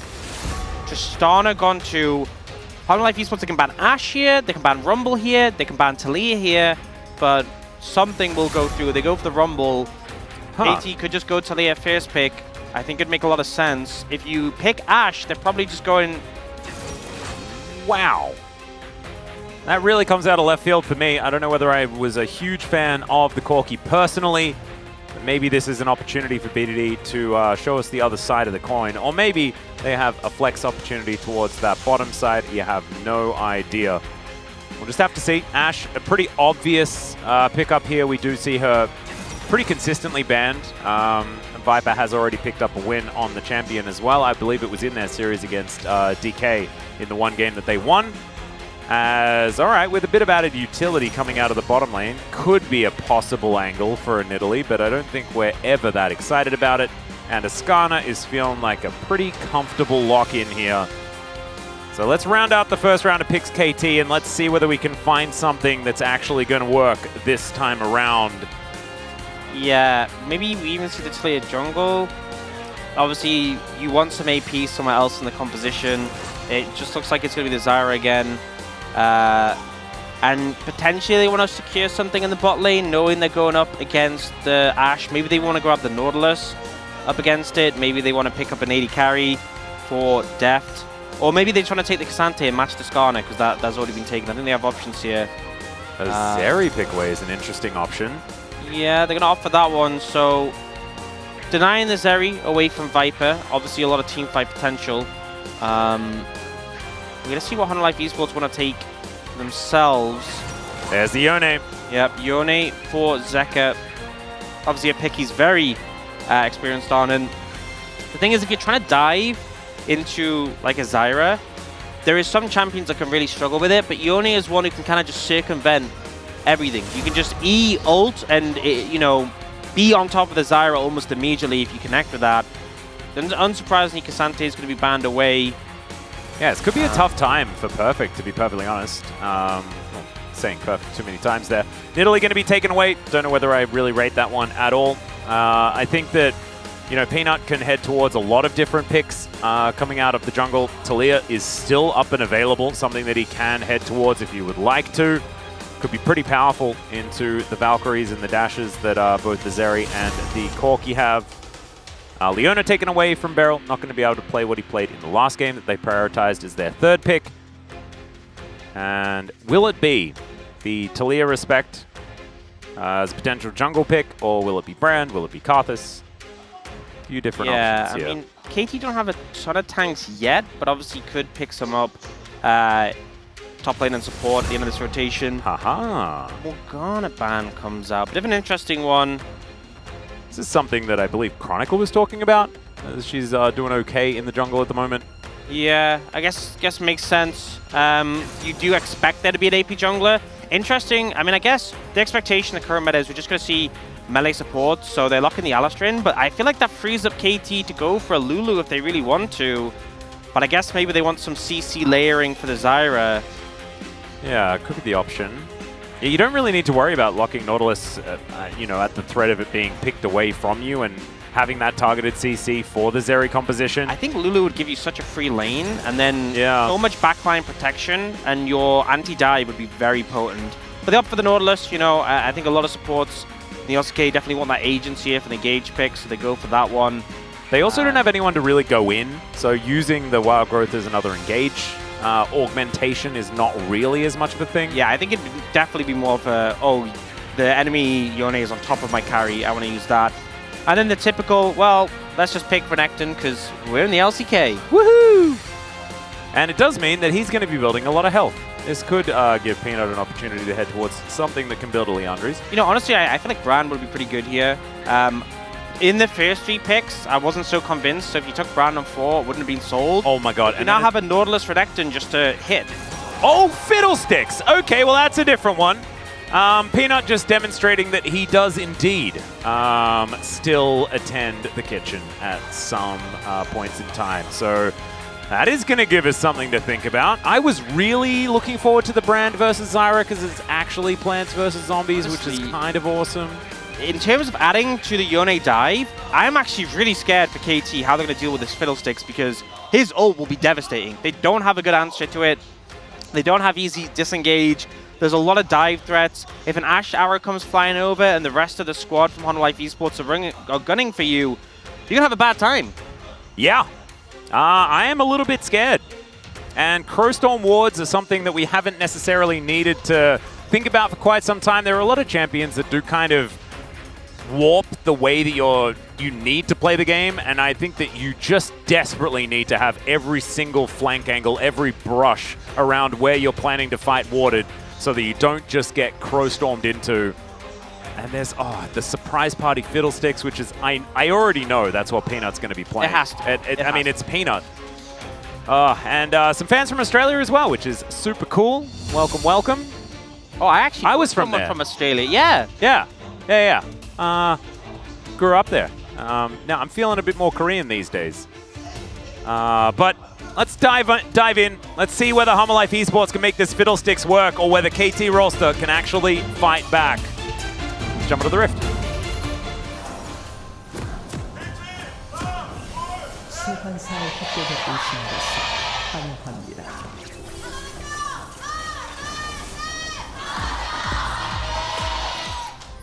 All right, a little bit of partying going on before Viper does leave the fountain. You love to see it. And I want to address something, Orcs, that we failed to in the draft, which I think is actually extraordinarily important. We were discussing the fact that Lulu would have been a really good pick. We know that Lulu Zeri, very powerful. Beryl instead picked Nautilus to give us an opportunity to go back to the lore. See whether that voyage that Nautilus went on with this new armor that his new captain, who usurped his boat out from under him because they could not afford to keep it because all of the salvage was just too thin. There weren't enough boats that were crashing for them to actually go and salvage. Man. Yeah. And now we get to go back to the story to see how that journey goes, see whether the rewards were actually as fruitful as the captain promised. I need to know. I'm on the edge of my seat. I know. I can see that. I'm sitting next to you. I can see. He is, in fact, on the edge of the seat. But let's first address some of these lanes and how things are going to go. The space mentioned priority. BDD at the moment does have a fair bit of that. Of course, Corki in the early levels, especially now, is going to be feeling all right in this matchup. You can see that's working out so far. Zeker is very good at navigating Yone matchups. He always has been. This is one of the Zeker champions, as we're going to see he hasn't been winning the champion itself very much, but you can see here on the bottom side has been winning a lot. The cleanse does come down so that the ignite doesn't quite work out, but speaking of not working out, I think KT wins as far as that battle is concerned, the not working out battle. Wasn't even really close. And I feel like if you're winning, I mean, I know obviously Ashe is great level 1, but if you're winning bot lane 2v2 level 1 with an Alistar, you know things are going pretty rough. Viper really taking control of the lane. Wow, it's such a surprise. It's the surprise party fiddlesticks. Yeah, the not so surprising party fiddlesticks. Just regular party fiddlesticks. Yep. He is just draining as he makes his way around. I feel like the vibe would be so different if it was just party fiddlesticks, you know? It'd be very similar to Viper's like, you project. Know, I'd imagine him wearing, like, you know, the outfits LMFAO had? You know, yeah. That'd be a great skin. And Peanut, we know that he'd use it. As he's able to take both his Krugs and his Bramble back at the same time. Feeling good about that one. Kyoshik made his way down, and Viper and Delight, they read it. They knew the timings. Yep. And they weren't going to fall into the trap. What was also perfect is because they pushed so hard early, they got the bounce back. So now they're in a prime position to not be challenged. Kyoshik can't really do much apart from take the Scuttle Crab. Zeker's doing a bit better in the mid lane. Obviously, BDD's getting a lot of Fair Strike procs, but Doran's Shield and Second Wind doing a lot of value for a melee champion. So things looking pretty solid for Home Life Esports. Yep. Zeker feeling absolutely fine. You can imagine that this is going to feel pretty good for him. Takes a turret shot, but he does stop BDD's back, which could actually be pretty huge. BDD wanting to go for a bit of a cheater, get that extra bit of control in the lane, and then force Zeker into a poor back timing. Not going to be able to do so. Yeah, I'm guessing probably wanted to back and grab a tier, you know, especially if you're trading a lot. Your mana cost can be a bit annoying on Corki, but also just stacking it as soon as possible. Yep. Doesn't have a lot of the old blue stuff at this point in time. As we can see here, is Delight is just going to make sure that Beryl can't hold the wave. And Def should be able to make it back before anything is going to fall down of note. So it is just fine. So far, so good. But I'm not going to talk about KT and possibilities for the mid-game ever again. Nice. Just not. I don't think that is in our best interest. And you know what really told me that KT are having a rough time? It's the fact that no one mentioned that we said anything. As Zeker is just going to hop underneath the turret and do a fair bit of damage there to BDD as he's dealing with these minions. But yeah, no one was really sad. They were just pretty sad. You know, check the Reddit thread, check Twitter, and it's just... Yeah, we're not even getting blamed anymore. No, it's just acceptance. That's what we've hit.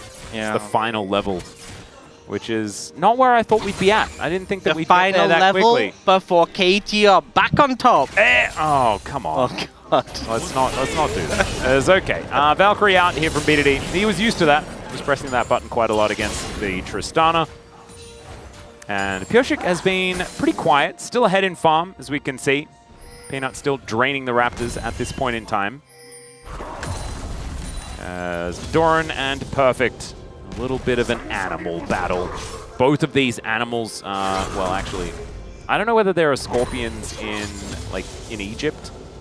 Because I know as far as, like, desert crocodiles are concerned, that is, like, you know, the Nile crocodile is one of the ones that does live pretty close to the desert. I feel like scorpions being in Egypt is something that in my mind I'm like, well, that would make, yeah, of course. That would make sense. But I don't know. And yeah, neither do I. I don't want to say for sure because that would make me sound very uninformed.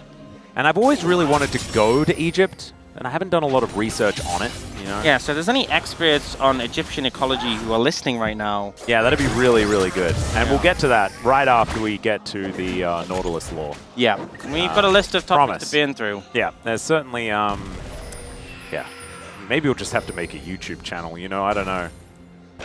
I've done that before, though, and it was always pretty disappointing. As okay, Zeka taking a lot of damage. Pyoshik here in the nick of time. Flash out from Zeka. Rocket goes wide. Peanut was here, not able to actually affect the play, and this is looking better. We're not enthused, but we're, you know, we're proud. Proud of what BDD did in that one moment, that one isolated moment. That was cool. Doesn't mean anything for the future. It's fine.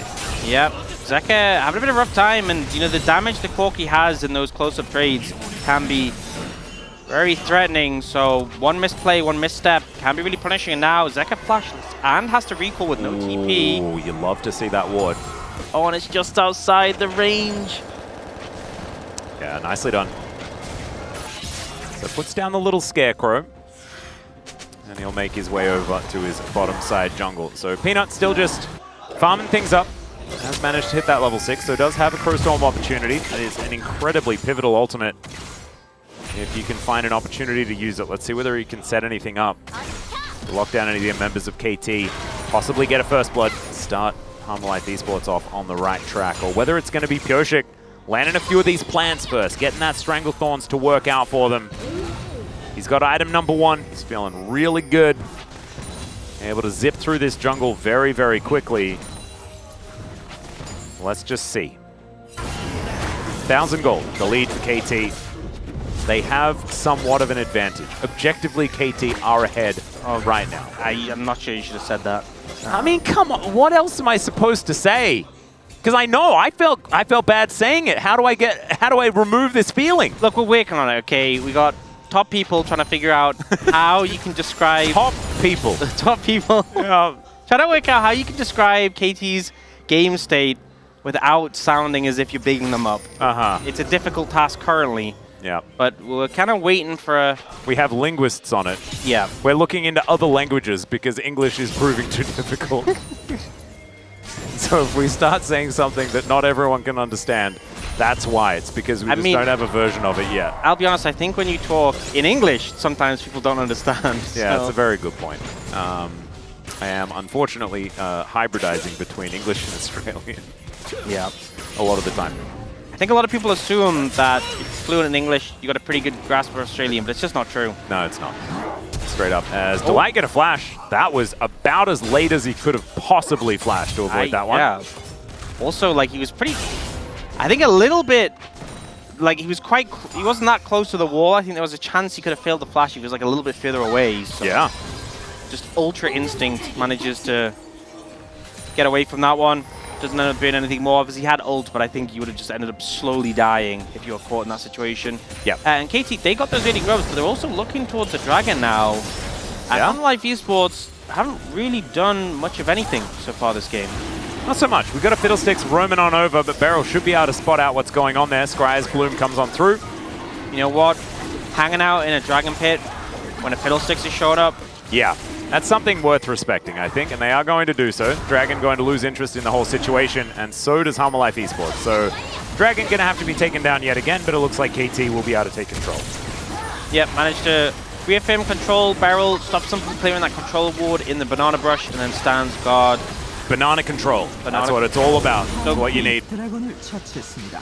And Peanut, he's coming down yet again. Deft able to just do that thing that Zeri does, which is negate most of the engage attempts. Of course, unless, you know, your opposition is Lehens that we saw in our previous series. Delight has a few options there. You can, of course, you know, headbutt pulse and stuff like that. But it is difficult to get that timing to work. Deft's going to be able to get the cannon. As Hook going to connect onto Delight. Let's see whether he has to use the Unbreakable Will. There's the knock-up, and he does use it. Ultimate comes out from Deft. Unbreakable Will still running for now, but the Stranglethorns, that's going to help lock this one down. And in comes Peanut. There's the Crow Storm. Beryl going to be taken down first, so they return the favor. Both supports lying down, but this time, at least KT got the first blood. And I think the main thing is when you're playing at the Fiddlesticks, you always just got to stop chasing a lot sooner than you would otherwise, because just assume he's hanging around in the shadows waiting to ult. He came in there, managed to take out Beryl, and even though it is first blood for KT, Delight was flashless going into that. They end up being a couple of flashes from KT. Still feels pretty even overall, but we'll see if they can capitalize on those. And Delight realizes they are just going to focus him down. They're not going to let him get away, so does pop the ultimate. The ult from the Zyra getting a lot of value, but then just a bit of an overstep. I think as soon as Viper flashes, just back away. Yeah. It's got to have that restraint, that added restraint into a Fiddlesticks. Yep, and you're talking to Beryl, so understand that that restraint not going to exist. Not a thing. Not happening. Never happening. As the Grubs going to be considered here by Humble Life Esports. 3 already picked up by KT, so wanting to return that one as OK, Beryl once again going to get caught out and will just explode. Doran takes a trip over the rocks and he's flashing forward, doesn't find the Impale. So knockup comes in and now Perfect! He flashes in, he's got the Dominus running Slice and Dice and dead. As now Viper's gonna turn it, he finds the volley onto 3 members, the blast cone to try and negate the aggression, and Viper says, nah man, still gonna kill you, finds the volley from behind the wall. And Arrow will connect onto Deft. He doesn't have a cleanse for that one, and he will just be wiped out. What is it, 12.5 minutes as Beryl is going to at least get one back. Goshik also able to look for a little bit there, but doesn't have the Rylai's, so will not be able to CC with that. You know, it didn't go as bad as last game, but it kind of feels like a bit of deja vu. Yeah, a lot of deja vu. KT, same spot, 5v5 team fight, and it goes horrifically wrong. Beryl, no flash from the previous play, doesn't get to play the game. Just CC locked to death. And then Humble Life Esports honestly whiffed so much. Ults from Zeka and Doran whiff. So it looks like a re-engage can happen. Perfect's like, I can go in, I'm strong. Melted. Yeah. Melted immediately, and then the chase down comes in, and with both the Ashe and the Skarner launching boulders at people, the chase down is so powerful. They managed to get BDD there with the volley. Deft ends up with no cleanse, getting caught out by the Ashe ultimate. And even though there is this trade kill at the end from Beryl, still massively in favor of Humble Life Esports. Meanwhile in live, Earth lies on the ground. I just want to take this moment to remind everyone that BDD is very good at Talia. He's also providing Warwick a new skin. It's actually a very old skin. Yeah, and now Perfect does too. But yeah, BDD, very good at Talia. Talia being super strong in the current patch, and they first picked the Corki both games, and it's not been working. Yeah, I didn't even process the fact that Perfect died there towards the top side. We're going to have a look at this one more time. BDD is just 1v1 under the turret. Yeah. And here, the joys of playing into Skarner. Special delivery. Yeah. Wow, it's just so much CC. Yeah, enjoy. You know, this is why it's always Skarner Cassante, because at least if Skarner does that to Cassante, he can then grab Skarner and like launch him through a wall away. I just think neither of those champions are fair when they're playing against anything else. Well, some plants now in the pit. Humble Life Esports do manage to take down the Rift Herald. Stranglethorns does a fair bit of work. Interrupts the headbutt, in fact, as Delight. I don't know whether he's going to be able to get out of this one, and the anchor connecting should be able to spell the end of him. Does have flash. Oh. Will flash the wall. He has about, 50 health. He'll just walk away. It's cold as ice, man. Yeah. You can see him in the player cam. He's just leaning back, chill as anything. Yeah, I was just wondering, like, were there any breaks, like, flying by? Did KT have a chance to catch any of them? I don't think so. It's just... I feel like that's the one, right? Like, don't get me wrong, this game's been going pretty badly. And, I mean, the series, KT Split has. But that's the one where it's just like, you're like, okay, at least we can get the scraps, and you don't even get the scraps. You don't even get that. So, bit of a heartbreaker for KT fans, anyone who's ever watched a KT game. But for Humble Life Esports fans, looking pretty good.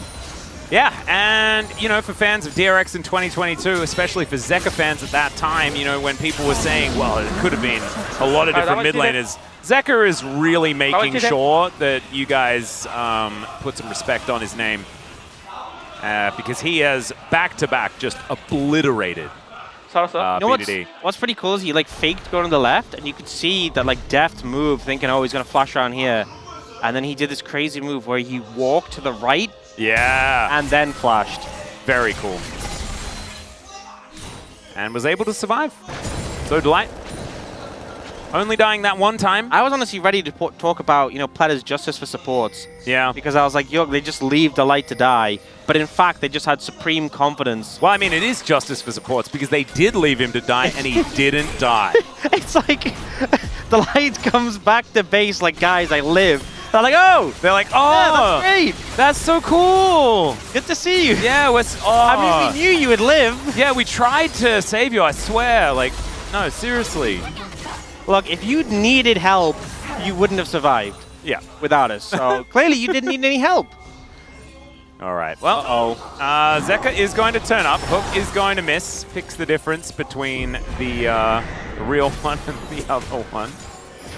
Soul version, unbound version. As Riftwell going to pop down at his Delight. He's going to ride it into this turret as Doran can take a trip over this wall whenever he would like. Flash out from Kyoshik to avoid it. Grasping Root's not going to connect there, as they're not able to take down the turret this time around, but the flash out of the Zyra, very important summoner spell. We'll have to play a whole lot more carefully now. It's not the same advantage that they had at this point in the last game, but it is similar. Oh no, oh no.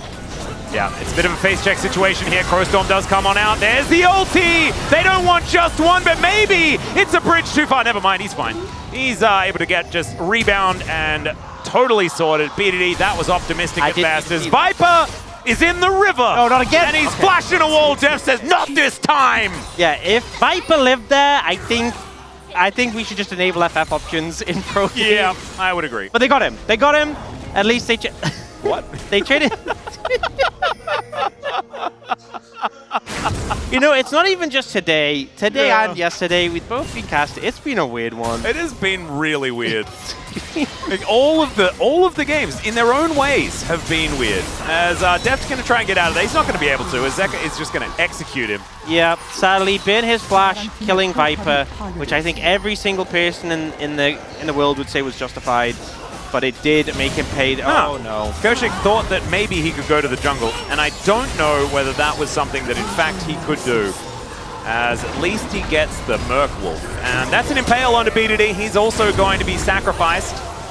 You know, in some way, I think it's just because it's KT on Live Esports instead, but in some way, Bro Genji felt less brutal than this. Yeah, this feels more brutal. You're right. You're right. It's maybe it's expectation, but even expectation, I think was it's pretty just, low.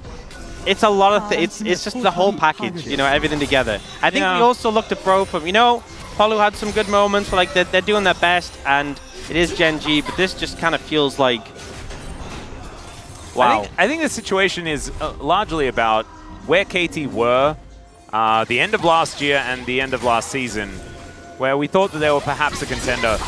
And it's really just not looking much like that. Yeah, I mean, I just want to draw your eyes to... I mean, he has the Triforce. He has the Triforce at least now. But, like, look at the mid gap. It's 5-0 with, like, a 50 CS lead. Yeah. Yeah, and it's Zeka's Yone, and I'm sure that there's a lot of people yelling at the TV that are like, it's Zeka, obviously you have to ban the Yone and things like that. You can't ban that many champions, right? Like, wait, so you know how Yone is quite mobile and uses a lot of dashes? Got it. Imagine if there's a champion, perhaps a mage, who could put rocks down on the ground. Yeah, but that was that was bad. Never mind. Well, maybe BDD doesn't play Taliyah. Do you have any footage or any tape of him playing Taliyah successfully? Maybe from spring, last summer. Yeah. Yeah. Yeah, we do. But I think first pick Corki, of course. First pick Corki, always the way. I think sometimes you get a meta read wrong, and maybe for 4 series in a row. Yeah, I don't know. Well, Beryl is going to find himself a hook here. Doran going to get knocked around a little bit. Deft coming on over, wants to be able to grab himself a kill. But Doran still has 50% of his health bar. Yeah, he's for sure taking damage, by the way. Yeah, totally. Definitely losing health. Yeah, I can see that. 303 on the Skarner, 2 items completed. Zeka is standing on top of a ward, but there is no one here to lock this one down. It is another Ocean Drake this time, as the arrow will connect onto Kyoshik. That's a pretty powerful one, as Beryl just going to try and play bodyguard, not able to interrupt the Crowstorm as Peanut takes down the Zyra. Deft just wanting to try and do some damage in this instance, but it is a bloodbath, and it is all KT's blood on the ground. Perfect just trying to clear out the wave, because that's all he really has left. Viper going to be gifted a triple kill after that one. And the Baron just turned up, and will be taken down as, wow, the surprise party on the Baron. Yeah. Looking like it's a lot of fun here for Peanut, as he is just going to take it down with the help of his bottom lane. Deft here, there was a party going on, and he definitely wanted an invite to that. That was a gate crash, but emphasis on the crash. Let's just say that. It is just visceral. And yeah, this arrow, pretty fantastic. The follow-up comes in. You can see Barrel's like, I'll stop them. No, you won't. And then Deft's decision to dash is silly. I mean, at this point, it doesn't matter. It's just for our enjoyment. And Perfect will go down in the end. Not had a great game. Really had a great series, but I don't think any KT members really had a great game of series. It has just been a rough one. Well, at least in KT games, in KT series, the Zyra win rate is now even. If they aren't able to turn this one around, as Delight was not the one they were really going to aim for. This time, Deft's going to make his way out. Kyoshik going to get impaled. Does manage to get the Stranglethorns down, but it does absolutely nothing. As Extendo Beam will try to deter Harmolife Esports from going for the dive. What? It's a lot of damage there from Zek. I don't know why I was that surprised. Weirdly fed. He is 3 levels up on BDD. Yeah. Yeah, he's a very large Yone. As now the rest of Harmolife going to be able to break down this inhibitor turret in the mid lane. Peanut does have Crowstorm at the ready. And look to dive in on top of KT as, he's not very tanky as Perfect, unfortunately. Does throw down the Dominus here as there's the Crowstorm. Dives on top of Beryl. He's going to flash out. Deft makes his way out as well. Still has his flash up and available, but Harmolife Esports still have more than 50% on everyone as they take down their second inhibitor of the game. And it is back-to-back stomps today. What is this? We wanted to have some lore time, some discussion time, but instead, it is just brutality here. First from Genji, now from Harmolife Esports. As Doran's throwing rocks around, they're looking to take their first Nexus turret of the game. Hook gonna go wide there. Optimistic from Beryl. Yeah, Skarner poke doing so much weight. Yes, there's the flash forward. Deft is able to make his way out. Utilizes the flash to do so, but now the Nexus is exposed. Arrow will connect onto the Zyra, as now they're looking to try and pad some stats. Ulti comes through from Zeka, but that fountain still does some damage. Can they get some kills? They cannot. Not before the Nexus is eliminated. And Harmolife Esports, man, I think they had a hot date or something, because they made short work of KT in that one. They had someone to be, something to do, and that was just trouncing KT. That felt like some Noxus lore, really. Oh, yeah, it really did. Maybe we should go into that. Oh, maybe we don't want to go into that. Maybe it's too soon. Too soon. I'm gonna stick with Bilgewater for now. And you know, I feel like Harmolife Esports, especially dropping the game to DRX, people were a little bit like, is the level there? Again, KT's been struggling, but that looked like, I feel like the only other team in the league who's put on a performance like that is Genji. And it doesn't matter who the opponent is. The only team who's looked that convincing has been Genji. And yes, it is KT who've been struggling. Harmolife Esports, when they get a lead, sure know how to close a game out. And for KT, the struggle is not ending. And the thing is, you would at least hope there'd be some competitiveness to sort of gleam on and go, well, you know, maybe looking on this, based on this, but I think back to the drawing board is all I can say for KT. That was a rough one. It really was. I think Harmolife Esports are really getting in stride now as well.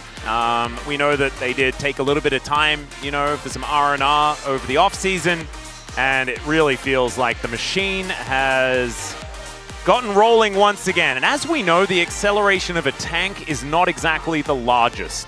You know, it's not like the Dolphin bike. It's more like the Mac bike, if you were going to talk about it. It's all about the momentum of the tank. Yeah. You know, once it's going, exactly. Inertia. And they are currently moving at a pretty consistent pace. As hi, YS, how you doing? He is producer of the LCK, hanging out. And I feel like inertia is something that every KT fan is feeling right now. At least I think it was. I'm like starting to doubt myself. I'm like, it looked so much like YS if it was. Man, it was. A confirmation from G-Sun. I should have just trusted myself. Because I was just wondering why he's not in the control room. As all right, this is where it all started to go wrong, although it wasn't as wrong as it could have otherwise been. This is where it truly went wrong for KT this year. Yeah, and I feel like the Fiddlesticks value pretty massive. Peanut getting a lot of big ults coming out, doing a lot of work. And obviously we've seen such a mix of AP junglers.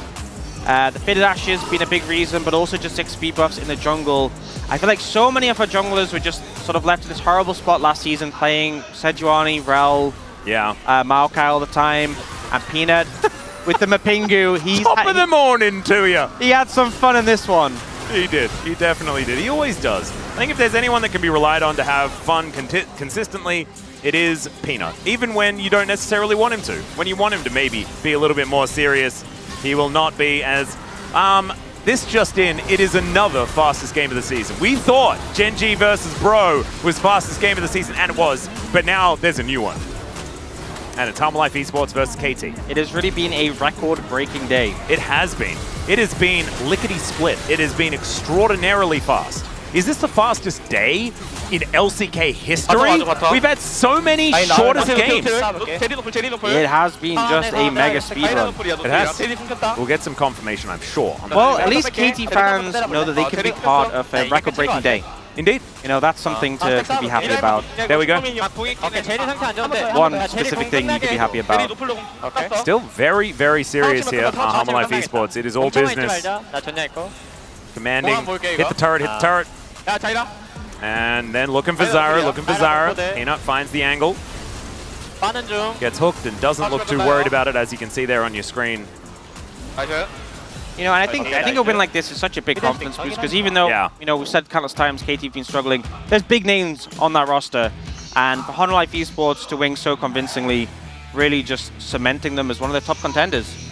Absolutely. I think this is absolutely huge for Harmonic Esports. Coming out of the gate with a loss against D+ Gear, I think probably was a little bit of a wake-up call, even though it was first game of the season, things like that. I think that the manner at which they lost as well made us feel a little bit worried about the state of Harmonic Esports. But since then, it has been victories stacking up one after the other, and this is now 3 in a row for the squad. So feeling a whole lot better there on the western side of the standings. KT, on the other hand, not a lot of good news. Not a lot of fun things to say. They're back to the bottom. They're actually lower game score thrown out, so they're right in 10th. And now in 10th place. Solo 10th. Oh dear. It's now time to throw it over to the space to see what they made of an extraordinarily short 2-0. Ox dropping some spoilers for the standings in a little bit, but I guess the only thing getting spoiled right now is the KT party still having to wait for their first victory. The fastest game for the 3rd time today in the split as Hanwha Life take down KT Rolster. And it's just indicative, guys, of where KT is and which way Hanwha Life is going. Yeah, I mean, Hanwha's bounced back in a big way. Like, the beginning of their week 1 was a little bit shaky, a little up and down. You know, that D+ series also looked very rough, but now really finding their footing. And I feel like there's a lot of learning to be done here for KT, and especially watching the second game draft when you look at how Hanwha actually set up a dive comp and how they utilized it incredibly well and how they put pressure on the bottom lane. Like, look at this draft for Hanwha. You have the Ashe lane, and yes, it's with Alistar, but you still can put pressure on down there. You have the Fiddlesticks, so the damage profile with this Yone is perfect. And instead of going for something like Brand, which would just add some slow damage, they're like, no, we're going all in on Engage. And there's a Renekton there, but so what? Like, Fiddlesticks not scared about that. Fiddlesticks has a little self-peel, you know, he's going to be all right. And I look at this draft and I go, they dove correctly, and they have the Skarner on their side. Like, that's it. That's how you do it. They did it. KT, maybe next time try this. But still, I mean, ironically, like, I think this game, sure, I mean, I think whatever the KT prepared with the draft, I don't think the result would be the change, I would say, because like, that's how bad it is. Like, right now, it's like, seriously, like, it has to be the big criticize, like, as gameplay by, like, KT, like, they don't, like, sure, they show, like, too many times that, like, over-aggressions or overstepping, and they're actually just kind of donating the kills, like, to enemy team. That makes, like, it's really unplayable. Like, even though they are making proactive play, that becomes like this counterplay from the Hanwha Life. Yeah, and you can start to see the desperation as the players would go in one at a time. They would do the I think I can. It's so weird. If you turn the nameplates off, then you'd be like, oh, this is the last place team. Nameplates on, world champs on this team. Guys that were playing so well. As you take a look at our first highlight here, this is very much indicative of the type of season that KT have been having. I mean, look at the setup here for Hanwha. They have such great turn, even though it's just grubs. I mean, you know, pushing into this point, trying to fight this right now is so difficult. Doran doesn't even play this very well. Like, the Impale is a total whiff. And then at this moment, you could have just left. You could have just gone out. But KT are like, no. Perfect. He's going to get a big heal on the Renekton. Not this early on in the game, unfortunately. And the worst part of all of this to me is, like, they're trying to stay. They're trying to force us with the Zeri ult. And then Deft... It's coming. He has ulti. He's like... It's his solo queue promo games, man. He's like, I have to win this. It has to be me. No, Dev, no, don't do it. There's right there, like to stun you and kill you. Yeah, I mean, sure, they got one extra kill, but it just doesn't matter. I mean, as soon as like just Nolos get popped, like you have to understand, like the fight is over. You don't want to go anymore. It's already 4v5. They didn't even put so many resources to kill Nolos. Just one combo by just Alistar. That's it. It's just like, it's so desync between the teammates. Like it's just like from Oleon to the end of the game, like everything was really desynced. Like even though they were like previously they were ganking bottom, it's just like I just don't feel any teamwork. Like they just go, oh, because the enemy team's there, we just go. Oh, enemy team just make a disengage. Oh, we die, I guess. It's just not a team. Well, on the flip side, Hanwha Life using teamwork, using the fiddlesticks to force KT to live in fear. And this one, again, top side, and here comes Peanut to clean things up.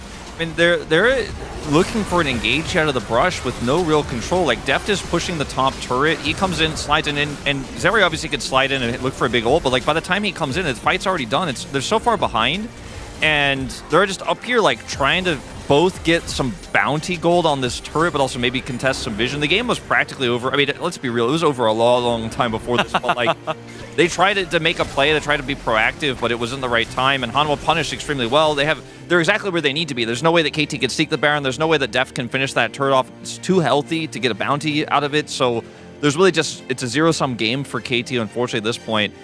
I mean, last year, KT put their challengers team in because their main roster was so good, they want to give them a little bit of an extra break. Yeah. I'm looking for Hirai maybe this time put the challengers team in because they look better than this team right now. They're the best team in challengers at the moment. They look better than the current roster here. The synergy, the decision making, the like cohesiveness just isn't there right now. And I feel like maybe they got a mental block, but I'd love to see KT change something up because right now this just isn't it. Yeah, I mean they have to find back the confidence level. Like I just don't see the level of like even like the Spring Split. Like sure, I wouldn't say that we're the best team, but right now this is not even close. Like they are really close to be like the worst team right now in the league. Well, Hanwha Life on the way to knocking off the rust and getting back into their last splits form. Let's see who the POG is here in game number 2. And this one goes to Zeka. Maybe redemption for Zeka voters from last game. And this time not robbed.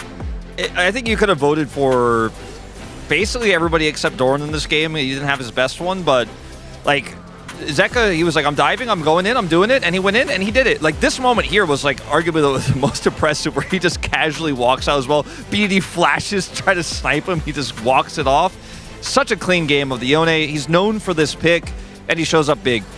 Yeah, even though, I mean, I personally vote for Peanut because like the Zeka wasn't really, you know, like sure, definitely he had a kind of perfect game. I think the solo kill impact was kind of huge, but I mean, Peanut was just right. For me, I thought the Peanut was like actually at the right places at the right time.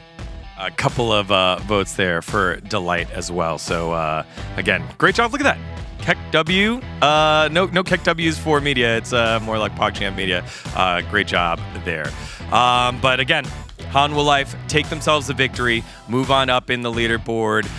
What is the big takeaway for Hanwha? Because we have just mainly been talking about KT here. What do you feel about Hanwha here, Wolf? I mean, I think keep picking picks that Zeka's comfortable on. Like the Tristana, obviously, is one that he's pretty known for. The Yone, when you have this AP jungle meta, just lean into that a little bit more. Set some traps in draft, because if you try to do it every game, it's not going to work out. They will ban it from you, but I feel like playing through Zeka and playing through mid-prio and setting up dives, kind of like how T1 used to play, and sometimes very often still does. Maybe that's the game plan here. It's no longer about like just Viper hard carries late game, just sit back and scale. Be proactive. Well, as we close out the week, we had ourselves a whole bunch of plays, a ton of plays throughout the week, but only one can be crowned our Mushinsha Stylish Play of the Week. And this week, it heads on over to Teddy from DRX as we take a look at his play here against BNK. Yeah, I mean, it's actually really one of the like most goosebump play. Like Teddy was actually kind of was showing weak performances because the as the AD carry meta, it was kind of rely on just the teammates. At least there has to be settled. But the thing is that since the Kai'Sa become the meta, she's back, and she's the one that she can hard carry as an item wise. It's just as a champion, you can actually launch the ulti with the actual right time. It was really cool. I really feel like this moment too was such a critical moment in the game where DRX were losing control and Teddy actually played it so incredibly well. It was a big outplay moment. It's so hard to have those moments on Kai'Sa, like you're saying, where you actually do get to kind of 1v9 the game and play it so perfectly well. Extremely well deserved for Teddy. For me, I think the best play of the season across the entire board. Ooh, that's high praise there, and he's going to look really good as he'll have the Mushinsa sports set to take home as the winner of this week's Stylish Play. Also, we've got ourselves our weekly best ceremony, the feel-good moments when the players win. How do they celebrate? Let's take a look. We rate it here as well. What do we make of this one with Frog? Ooh, pincer attack. Yeah. I mean, it sounds like you don't rate it that high, Wolf. I mean, I thought it was kind of cute. Yeah. Yeah. I mean, he deserved it. We all remember that game. I love the Teddy one. Yeah, Teddy, he deserves. All right, what's this one?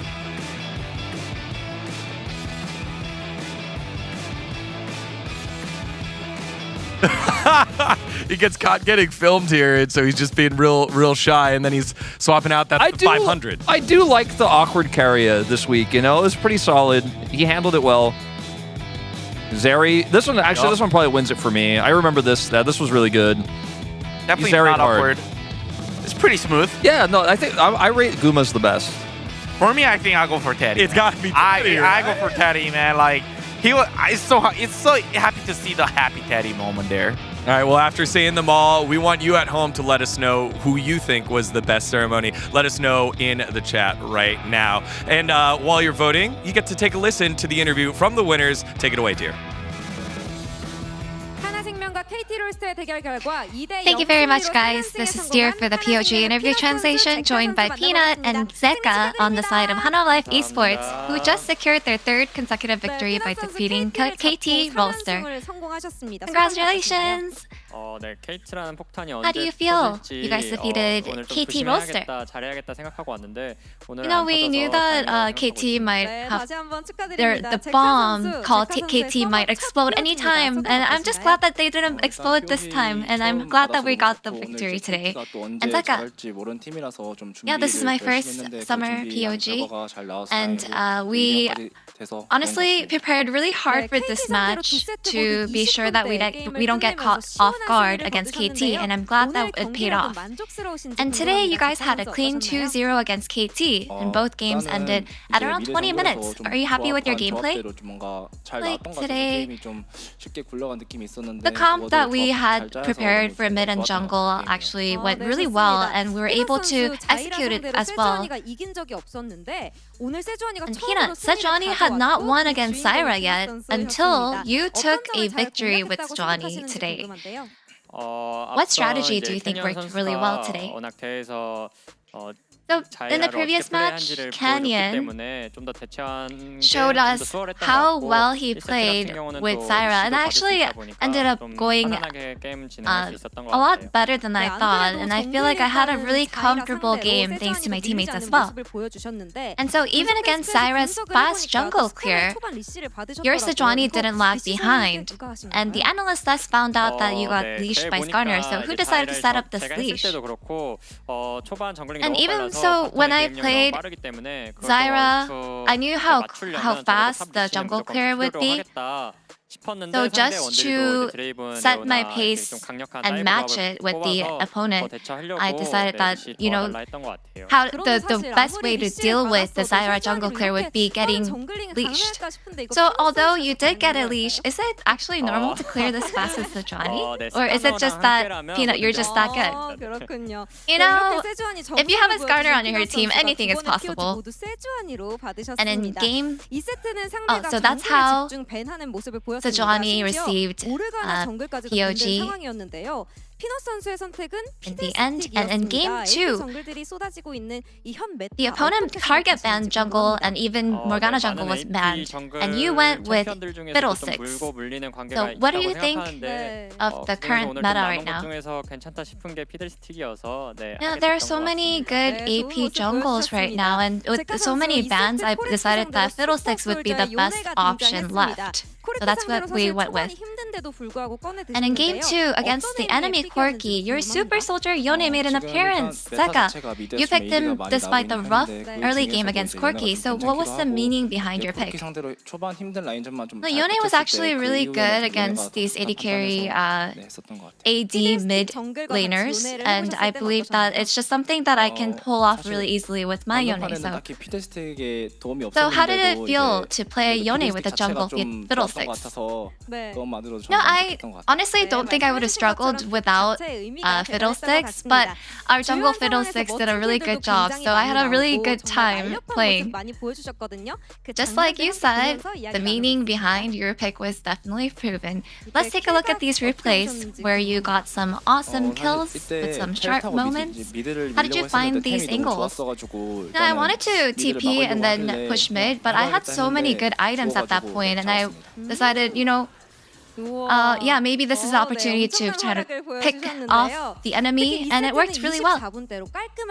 And especially for game 2, it was a quick 24-minute game, and you guys beat Genji's fastest game record by 3 seconds. So how did you guys manage to do this? It feels great to get the fastest game record, and I feel like our comp was basically get Baron, snowball the game, and dive and end the game really fast. So it's just, we executed it pretty well. And next up, you'll be up against Genji. How will you prepare for the next match? Genji, they have so many picks up their sleeve, and it's going to be really tough, but we'll make sure that we are ready for the next match, and we'll do our best to win. And Zeka, yeah, Genji is the strongest team currently. They have so many picks that they have prepared for, and so we'll make sure that we prepare some of the picks that we can use against that and counter them. And that's the end of the interview from Peanut and Zeka of Hana Life Esports, and back to the space. Thank you. Thank you so much, dear, for the translation of our Victor's interview as Hanwha Life move up 3 slots to second place. And your eyes do not deceive you. Giga Chads, one of those losses that you had was a 2-1. 2 of them were 2-1s, which means KT are in last place. KT played against some really tough opponents. Like, the strength of schedule was definitely there, but I'm not confident right now in the level of play we're seeing that they would take a win over DRX, over FearX, at this moment in time. Like, I feel like that's almost a coin toss. KT really needs to step it up, really need to bounce back, because the team was not as good in spring as it was in 2022, and 2023 rather, but it was not this rough. Not at all. Yeah, I mean, the fact that you're not, especially if you're not winning the Genji, HLE, T1, D plus Gia, there's no spot for wars anymore, so you gotta beat those, even though those schedules rough. Well, let's take a look at the schedule for next week, starting off Wednesday. T1 versus DRX. That's the battle of the middle right now. DRX, the only team at 2-2, looking to move on up to the western side of the standings. Genji, Hanwha Life, that's going to be a big one. The Saturday showdown, it's the telecom war that is being played. Goyang? That's right. It's in Goyan, so yeah, a special matchup that we're going to get to cover that one. And we close off with a banger. Kwangdong Freaks and D+. Again, the Freaks, with their great run so far, have the opportunity to push their playoff hopes even higher. You saw we had challengers as well, and that'll be going on next week as well. Y'all, it has been a fantastic week of League of Legends here in the LCK, and we will have more for you next week. On behalf of myself, the casters, and the entire live broadcast crew here, thank you so much for spending your time with us, and we'll see you next week for more LCK action.